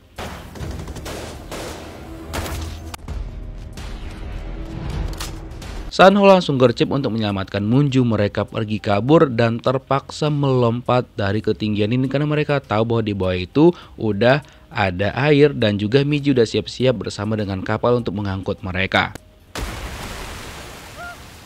Untung aja Sanho dan juga Moon juga kenapa-kenapa. Setelah itu mereka langsung naik ke permukaan, tapi bukannya langsung naik ke kapal, tapi sempat-sempatnya mereka malah cup-cup dulu. Yeon Hak ternyata sudah bersiap dengan orang-orang yang dia suruh untuk melakukan penangkapan kepada Sanho dan juga Moonju. Tapi ternyata yang mereka tangkap itu adalah Miji dan juga awak kapalnya. Sementara itu Moonju dan juga Sanho sudah berhasil kabur dan mereka juga memutar balik mobil mereka karena di semua penjuru mereka berdua sudah sangat dicari. Sementara itu Pak Im dibawa ke kantor polisi untuk dimintai keterangan dan terlihat dia sangat-sangat bahagia karena dia merasa bahwa dirinya ya pasti aman-aman aja. Dan Miji juga diinterogasi di kantor polisi di mana dia ditangkap gara-gara ada transaksi sekitar 50 juta won ke rekening orang Korea Utara yang Miji pun bingung itu tuh kok bisa, apakah kalian gak salah orang katanya. Oh ya, by the way, Junsang sudah kembali lagi ke Korea. Nah, sementara itu Moonju dan juga Sanho bersembunyi di tempat yang menurut mereka ini aman sentosa dan juga nggak ada lagi orang yang merekam pembicaraan mereka. Jadi Sanho itu sambil cerita sama Moonju tentang awal mula dia melindungi Moonju di mana dia nggak tahu siapakah kliennya awalnya kayak gitu. Moonju juga cerita sama Sanho bahwa dia sama sekali nggak nyesal tentang rekaman mereka lagi itu tersebar luas di media. Bahkan semua orang tahu tentang hal tersebut. Jadi mereka berdua di sini tuh saling membuka perasaan mereka masing-masing dan Sanho juga sangat-sangat berjanji kepada Moonju untuk selalu melindungi dia apapun yang terjadi. Nah, pas mereka pelukan seketika Moonju ingat bahwa ada kalimat dari suaminya si Junik waktu itu tentang buah peach yang ternyata peach yang dimaksud sama Junik adalah anak mereka yang udah nggak ada. Nah, setelah itu pergilah Moonju dan juga Sanho ke kuil, tempat di mana abu anaknya Junik dan juga Moonju itu ditempatkan. Dan ternyata biksu di sana memang sudah menunggu kedatangan Moonju dan dia memberikan sesuatu kepada Moonju. Nah, ketika dibuka tuh abu anaknya sama Moonju, ditutupnya ditempelkan sama Junik ada flash disk dan juga ada surat dari Junik di mana dulu pas malam waktu dia bilang sama Moonju dia mau cerita, ternyata dia mau cerita tentang dia sudah punya anak dari si Hana. Dia nggak enak sama Moonju karena sudah menyimpan itu lama banget dan dia juga rencana untuk menceraikan Moonju karena dia udah nggak pantas lagi untuk menjadi suaminya Moonju. Selain itu di flash disk yang dia kasih itu dia bilang sama Moonju bahwa di sana ada rahasia dan juga transaksi aneh yang dilakukan sama ibunya dia. Makanya dia suruh Moonju menggunakan flash disk itu untuk melindungi dirinya Moonju karena di sana itu banyak banget rahasia-rahasia ibunya dia yang bakal bisa dibongkar. Moonju akhirnya mengetahui semuanya di dalam flash disk tersebut. Dan pastinya dia juga minta bantuan kepada Sanho untuk membongkar semuanya. Terus kan ibu presiden mulai gak suka nih dengan Eun-hak karena sudah memfitnah Moonju yang menghilangkan nyawa suaminya sendiri. Dan untuk Oksun, mertuanya Moonju, dia mencari-cari di mana keberadaan dari si Hana dan juga cucunya dia. Dan ternyata Hana dan juga cucunya disembunyikan sama Moonju dan juga Baek Sang-ho di tempat yang sangat-sangat aman. Dan dia kan juga nggak butuh lagi nih sama si Paim ini sehingga mertuanya Moonju langsung menghilangkan nyawanya. Pokoknya kalau dia nggak butuh lagi, udah goodbye. Ternyata hal tersebut langsung diinterogasikan oleh Eun-hak kepada Oksun. Dan Oksun ini awalnya pura-pura nggak tahu tentang hal tersebut. Tapi ternyata si Eun-hak ini tahu bahwa orang yang menghilangkan nyawanya Junik adalah si Oksun sendiri. Dan dia juga tahu dari Junsang bahwa telepon dari Korea Utara yang diterima Junik itu memang semuanya adalah rencana dari si Oksun ini. Jadi dia mengajak Oksun untuk bekerja sama. Kalau misalkan nanti mereka bakal bisa menjadi simbiosis mutualisme. Kata Oksun, oke, udah intinya kau tangkap aja dulu si Moonju. Setelah itu nanti kita bicarakan kesepakatannya. Jadi mereka berdua ini saling memiliki kepentingan masing-masing. Pokoknya mereka berdua saling menguntungkan, gak ada yang boleh rugi. Nah setelah itu Oksun menemui anaknya si Junsang dan Junsang sangat-sangat penasaran kenapa ibunya ini malah menghilangkan nyawa abangnya. Terus ibunya bilang, ya anakku itu cuma kau doang. Intinya kau diam aja, ntar aku kasih tahu apa yang terjadi sebenarnya. Money flows from Idisha Spanyami account. So Moon-ju dan juga rekan-rekannya berbicara dengan Anders Miller tentang isi flash disk yang ditemukan oleh So Moon-ju yang diberikan Junik kepada dia, di mana dari sana terlihat banget bahwa Ok-sun itu ternyata orang yang licik banget, di mana dia juga mempengaruhi orang Amerika untuk memberikan senjata kepada Korea Utara. Ibaratnya mereka yang mengajak perang, mereka juga yang memfasilitasin masing-masing sekutu mereka dan juga lawan mereka masing-masing. 데리고 오겠습니다. 네, 조심히 다녀와요. Oh ya, Chang Hee juga menginformasikan kepada Moon-ju kalau misalkan Mi-ji itu dibebaskan karena dia tidak terbukti bersalah. Tapi ketika dia pas menjemput Mi-ji, tiba-tiba aja tuh Mi-ji ditabrak sama orang lain yang gak dikenal sama sekali. Dan setelah dia kena tabrak, pas dicek sama Chang Hee ternyata Mi-ji itu udah nggak ada. Terus dilaporkanlah sama dia kepada Moon-ju, dan Moon-ju tahu bahwa itu semua adalah perbuatan ibu mertuanya. Dan bener aja dong. Dan kata ibu mertuanya kepada Moon-ju, tolong bawa anaknya si Hana. Kalau misalkan dalam 1 jam kok nggak sampai, maka nanti Mi-ji bakal kehilangan nyawanya. Nah diceritakanlah sama Moon-ju kepada Hana. Cuma dia bilang, kok sama anakmu kabur aja, biar aku yang ngurus semuanya. Terus kata Hana, udah, kayaknya aku itu nggak bakal bisa deh untuk menghentikan perang ini, karena ada raja dari Idisha di mana dia itu rencananya bakal melakukan penyerangan kepada Amerika melalui nuklir yang udah dikirimkan dan juga dia beli dari Korea Utara. Dan ancaman dari Raja Idisha itu membuat Amerika menjadi ketar-ketir. Begitu juga dengan Presiden Korea Selatan yang bernama Chae Gyong-sin. Terus dia meminta sama anggotanya untuk pertemukan dia dengan Moon-ju secara diam-diam tanpa diketahui sama Eun-hak. Terus Hana dan juga anaknya rencana bakal kabur ke Australia. Dan sebelum itu dia bilang juga sama Moon-ju bahwa sebenarnya kalungnya itu adalah kalung palsu. Dia beli replikanya karena cemburu karena Junik kasih yang asli sama Moon-ju. Ya mungkin dia mau kasih kebenaran kepada Moon-ju sebelum mereka berpisah. Dan yang mengantarkan dia untuk pergi ke Australia adalah si Baek San-ho. Sampai bandara lah diantarin. Setelah itu Moon-ju menelpon Anderson dan juga mengatakan bahwa dia meminta tolong agar Anderson ini menelpon orang yang dia kenal untuk membekukan rekening dari si Korea Utara itu agar tidak bisa ditransfer oleh si raja dari Idisha. Setelah itu So Moon-ju langsung bergerak pergi untuk menemui ibu mertuanya, dan dikasih tahu juga sama Baek San-ho setelah mengantarkan Hana dan juga anaknya, dan setelah mereka aman tolong temuin si ibu presiden, karena setelah itu dia mau pergi menemui ibu mertuanya karena ya dia harus menyelamatkan Mi-ji juga. Ditambah lagi si Ok-sun itu kan pengen mengejar kapal selam yang nuklir itu. Jadinya dia harus ikut ke sana karena Moon-ju juga nggak mau kalau misalkan nantinya si Ok-sun ini membuat kapal tersebut melepaskan nuklir sehingga nantinya bakal terjadi perang. Nah setelah itu Moon-ju akhirnya bertemu dengan Im Ok-sun. 여기 오지 않을 거예요. Awalnya dia kecewa karena Moon-ju itu tidak membawa anaknya Hana. Terus kata Moon-ju, tenang aja, Hana itu tidak akan menuntut harta Gono Gini karena dia sudah melepaskan semuanya. So hartanya Junik bisa dimiliki sama Ok-sun dan juga Junsang sepenuhnya. Ya udah, akhirnya setelah itu dia setuju dengan pernyataan Moon-ju dan dia mengajak Moon-ju untuk ikut bersama dia. Karena dia bakal menahan Moon-ju. Karena juga Moon-ju harus mengakuin ke publik bahwa dialah yang menghilangkan nyawa suaminya. Biar Ok-sun ini benar-benar mendapatkan semua hartanya. Setelah naik helikopter, So Moon-ju masuk ke mobil dan setelah itu mereka sampailah ke kapal yang bakal ditumpangin sama Ok-sun, di mana dia memang rencananya bakal mengejar kapal yang berisi nuklir tersebut. Dan ternyata Moon-ju tuh kayak takut banget, dan ketika ditanya sama ibu mertuanya ini, kok takut? Iya, kata Moon-ju. Setelah itu dia malah menyiksa Moon-ju dengan menyuruh anggotanya memukul Moon-ju berkali-kali. Sebenarnya Junsang gak setuju dengan apa yang dilakukan sama ibunya, cuma dibilang sama ibunya udah kok diam aja karena nantinya seluruh harta ini bakal dia turunkan kepada anaknya ini.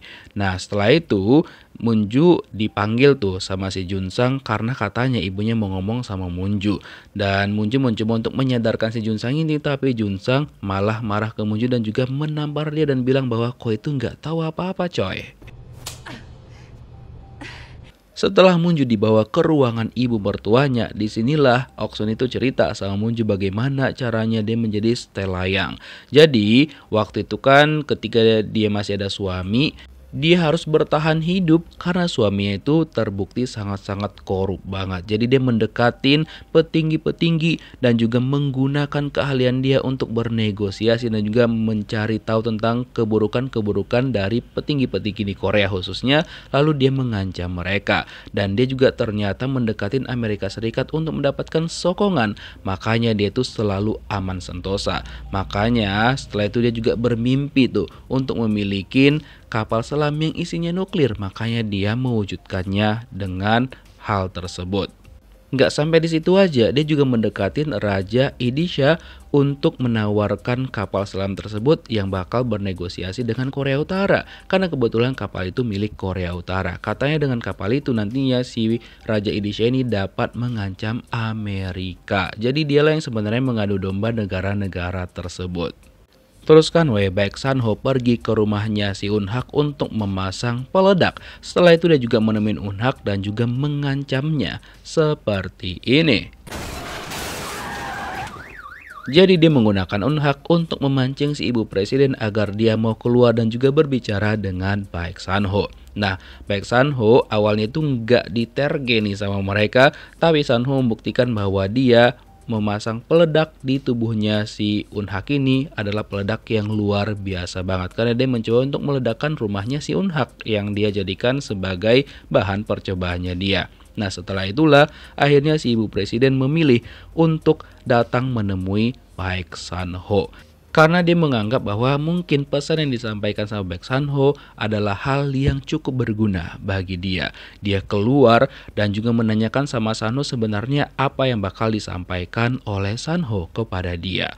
Dan juga untuk bahan peledak si Pak Eun-hak itu udah dilepaskan sama Sanho. Nyata Sanho mencoba mengingatkan kejadian di tahun 2007 kepada si ibu presiden. Nah, setelah itu si ibu presiden bilang sama si Sanho kalau misalkan gak ada yang lagi yang kau omongin udah selesai. Dan setelah itu si Eun-hak ini mengatakan sama Sanho bahwa neneknya Sanho 2 hari yang lalu udah dihilangkan nyawanya sama dia karena Sanho lebih memilih Munju dibandingkan neneknya. Makanya dibantu sama dia untuk menghilangkan nyawa neneknya sama si Luchnut itu. Setelah itu ibu presiden bertemu lagi nih sama Sanho karena dia pengen meminta detail tuh cerita yang bakal disampaikan sama Sanho. Dan kata si ibu presiden di tahun 2007 itu adalah tahun dimana dia sama Munju itu berhasil menyatukan keempat negara tersebut sehingga tidak terjadi perang. Ya Amerika, Korut, Korsel dan juga si Idisha. Tahun itu pokoknya semuanya damai dan juga mereka menandatanganin gencatan senjata sehingga mereka sepakat untuk berdamai. Tapi masalahnya sekarang mereka mau perang lagi gara-gara dia adu domba sama si setelayang. Terus si Eun-hak kan gak suka kalau misalkan si ibu presiden itu berbicara dengan Baek Sanho dan kata si ibu presiden justru kau yang mencurigakan terutama sejak kau itu memfitnah Munju sudah menghilangkan nyawa suaminya sendiri dan akhirnya dia ditangkap. Mampus kau. Terus kan Oksun cerita sama Munju bahwa dia memiliki koper di mana dia percaya bahwa Raja Idisha itu nggak berani untuk menekan tombol agar ngerudal Amerika Serikat. Jadi dia sengaja menyimpan koper cadangannya karena nantinya dialah yang bakal menembakkan rudal itu sehingga orang-orang pikir Raja Idisha itulah yang melakukannya. Nah, sementara itu Anderson Miller mencoba untuk menghubungi temannya untuk meminta bantuan temannya agar membekukan rekening si Korea Utara agar nggak bisa tuh ditransfer sama si Idisha. Tapi ternyata pas itu dia malah dikepung dan juga ditangkap. Kemudian Presiden Amerika Serikat bertanya sama dia, sebenarnya apa sih yang terjadi dan kenapa kamu tiba-tiba bilang yang awalnya kapalnya nggak ada, kok sekarang kok bilang ada gitu. Dan dijelaskanlah sama Anderson Miller tentang apa yang sudah dia temukan. Intinya dia meminta sama si presiden ini yang punya kuasa yang besar untuk membekukan rekeningnya si Korut agar nggak bisa ditransfer sama si Raja Idisha. Dan untung aja permintaan dari Anderson Miller itu dikabulkan. Nah terus kan masa lalunya Oksun ternyata itu di luar Nurul banget. Dimana dia itu ternyata sewaktu kecil sudah memiliki dendam nih kepada orang-orang yang menindas dia. Makanya pas besar dia itu berusaha untuk menjadi orang yang sangat-sangat kuat dan juga bisa mengendalikan semuanya. Dia nggak peduli apapun yang terjadi kepada keempat negara itu, yang penting dia diuntungkan dan juga nggak terlibat sama sekali. Terus tiba-tiba 아니 계좌들이 다 동결되고 있어요. Junsang masuk dan juga melakukan penangkapan kepada ibunya sendiri atas dugaan penghilangan nyawa abangnya dan juga kasus pengiriman uang yang sangat-sangat mencurigakan, di mana dia menggunakan namanya Yomiji sebagai penyamaran. Tapi dia nggak takut karena katanya anak ini tidak akan bisa menangkap dia cuma dengan gitu aja. Karena ternyata selama ini Junsang itu udah tahu apa yang dilakukan sama ibunya, karena kan dia memasang penyadap di rumah mereka dan juga mendengarkan apa yang terjadi di rumah tersebut. Terus dia menyuruh tuh anggota-anggotanya dia untuk menangkap Munju dan juga si Junsang agar mereka itu tidak berbuat yang aneh-aneh. Terus Junsang dan juga Munju itu langsung pergi kabur dari sana. Dan di luar ternyata udah ada tuh orang yang mengepung kapalnya si Oksun ini. Dan dia meminta kepada orang-orang yang di luar itu segera menghilangkan nyawa-nyawa orang yang sudah mengepung mereka. Dan untuk Munju dan juga si Junsang, mereka itu mau pergi ke sebuah ruangan untuk menghentikan semuanya. Tapi masalahnya kaki Junsang itu kena tembak dan dia bilang sama Munju, kamu pakai kunci ini masuk ke dalam ruangan itu, tekan angka 1 dan nanti kamu bisa terhubung langsung dengan si Presiden Korea Utara dan minta dia untuk memutar balik kapal selam yang berisi nuklir tersebut agar mereka bisa menghentikan perang. Dan untuk si Baek Sanho, dia diberitahukan sama ibu presiden di mana keberadaan dari So Munju agar dia bisa bawa So Munju untuk bertemu dengan si ibu presiden dengan keadaan selamat. Makanya mereka pergi ke sini untuk menyelamatkan orang-orang yang ada di sana, terutama Munju.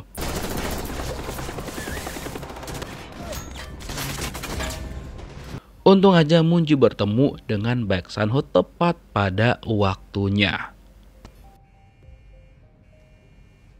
Mereka juga sempat bersembunyi sebentar agar terhindar dari kejaran orang-orang miliknya si Oksun. Dan ketika mereka sembunyi, sempat-sempatnya mereka reunian, pelukan dan juga cup-cup-cup.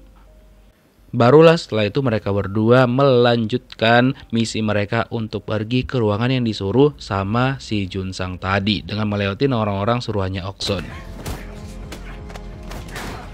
Nah, sampailah mereka ke ruangan tersebut, lalu Munju langsung menelpon si Kim Hansang dan dia ceritakanlah apa yang terjadi dan dia minta tolong banget sama Hansang untuk memutar balik itu kapal. Cuma kata Hansang, masalahnya koper itu adalah kuncinya. Kalau misalkan koper itu ditekan sama si Oksun, otomatis nanti kapal itu bakal menerima sinyal untuk melepaskan nuklir ke udara dan juga perang tidak bisa dihindarin. So mereka harus mengambil koper tersebut dari tangannya si Oksun dan juga menghalangi dia untuk menekan tombol yang ada di koper tersebut. Karena si Oksun ini udah mau naik nih ke atas, mau kabur, di mana dia pengen menekan tombol yang ada di koper itu sehingga nantinya nuklir itu bisa dilepaskan dari kapal selam yang udah dia rakit. Nah, kemudian si Munju itu kan mau pergi ke sana tapi kehalang sama anak buahnya si Oksun. Malah Munju juga diserang sama dia.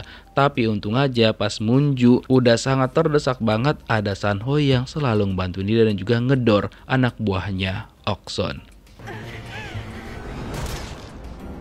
Tapi masalahnya si Oksun ini udah sampai ke atas dan juga membuka koper itu dan sudah memasukkan sandinya dan tinggal tekan aja tuh untuk mengirimkan sinyal kepada kapal nuklir itu agar melepaskan nuklirnya. Tapi itu aja si Sanho datang dan juga ngedor tangannya dia.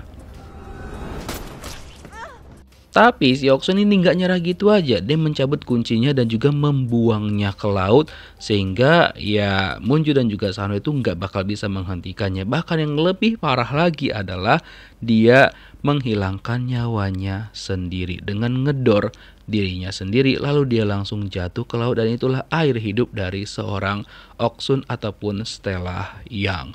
Nah, kemudian Moonju dan juga Sanho pergi ke ruangan tadi lagi untuk berbicara dengan si Hansang karena mereka pengen tahu di mana kunci yang lainnya karena seharusnya itu ada. Nah, ketika dicari sama Sanho, dia menemukan kunci tersebut, cuma mereka nggak tahu sandinya.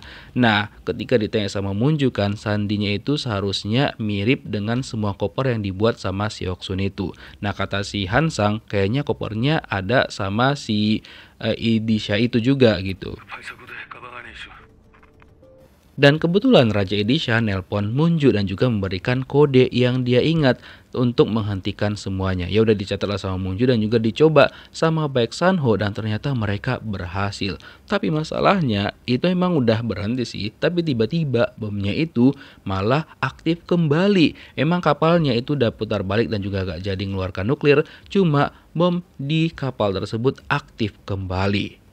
Sanho sengaja mengunci diri di dalam dan juga menyuruh Moonju untuk segera pergi dari sana karena dia harus segera melunakkan bom tersebut sebelum meledak. Terus Moonju bilang kepada Sanho, enggak bisa, aku bakal nunggu kamu di sini, aku bakal menghabiskan sisa-sisa waktu yang kita bisa. Tapi Sanho ini maksa sama Moonju, udah mendingan kamu keluar aja, panggil teknisi, nanti kalian balik lagi ke sini. Ya udah, akhirnya si Moonju tuh menurutin permintaannya Sanho. Dia memang kira bahwa ada teknisi penjinak bom di bawah sana dan dia pergi ke situ. By the way, untuk Junsang dia itu diselamatkan dan juga masih bisa bernafas. Dan ketika Moonju sampai ke sana dan juga minta tolong tuh sama mereka sesuai dengan pesannya Sanho, ternyata Sanho tuh bohong kepada Moonju. Mereka maksa Moonju untuk naik ke sekoci dan pergi meninggalkan kapal tersebut. Karena kata Sanho, udah mendingan kamu pergi aja sama mereka dan biar dia di sana. Dan akhirnya bomnya itu nggak lama setelah itu guys, akhirnya meledak. Tapi terlihat dari sini bahwa Sanho itu sudah berhasil keluar dari ruangan tersebut karena terlihat bahwa pintunya terbuka kayak gini dan gak ada Sanho di sana. Dan Moonju nggak tahu akan hal itu, dia terpaksa merelakan baik Sanho. 할머니, Tapi atas usahanya Moonju itu, keesokan harinya ada berita bahwa Idisha dan juga Amerika Serikat itu akhirnya berdamai. Dan Moonju juga harus menerima konsekuensinya karena dia dikeluarkan dari partai dan juga tidak bisa lagi menjadi calon presiden ataupun digugurkan gitulah. Nah, terus dia juga mengklarifikasi tuh kepada media tentang hubungan dia dengan Sanho bahwa itu semua benar dan dia juga menganggap toh itu juga bukan berdosa kan, katanya gitu.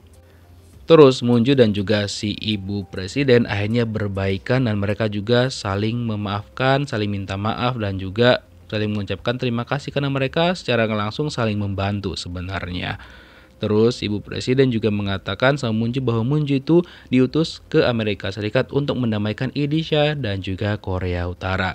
Akhirnya Moonju pergi ke sana dan akhirnya juga dia bertemu dengan Anderson Miller. Dan mereka berdua cukup akrab sih untuk orang yang baru berjumpa karena mereka juga memiliki satu visi dan juga misi yang sama. Nah, setelah di sana Moonju itu juga akhirnya berhasil mendamaikan keempat negara tersebut, Amerika Serikat, Korut, Korsel dan juga Idisha.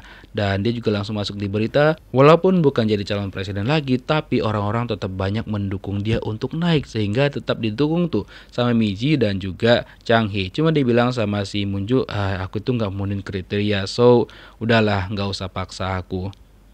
Namun Miji dan juga Chang Hee tetap mendukung Moonju untuk maju mencalonkan diri kembali walaupun nanti dari partai independen. Karena kebetulan keesokan harinya ibu presiden tuh nelpon Moonju dan bilang sama dia bahwa mendingan kamu aja yang maju untuk menggantikan aku setelah masa jabatanku berakhir. Awalnya Moonju bilang dia nggak bersedia, tapi dibilang sama ibu presiden, aku percaya bahwa kamu yang bisa karena kamu yang paham banget dengan apa yang terjadi. Dan dia bilang sama Moonju, kau pikirin aja dulu, intinya nanti kabarin aku sesegera mungkin.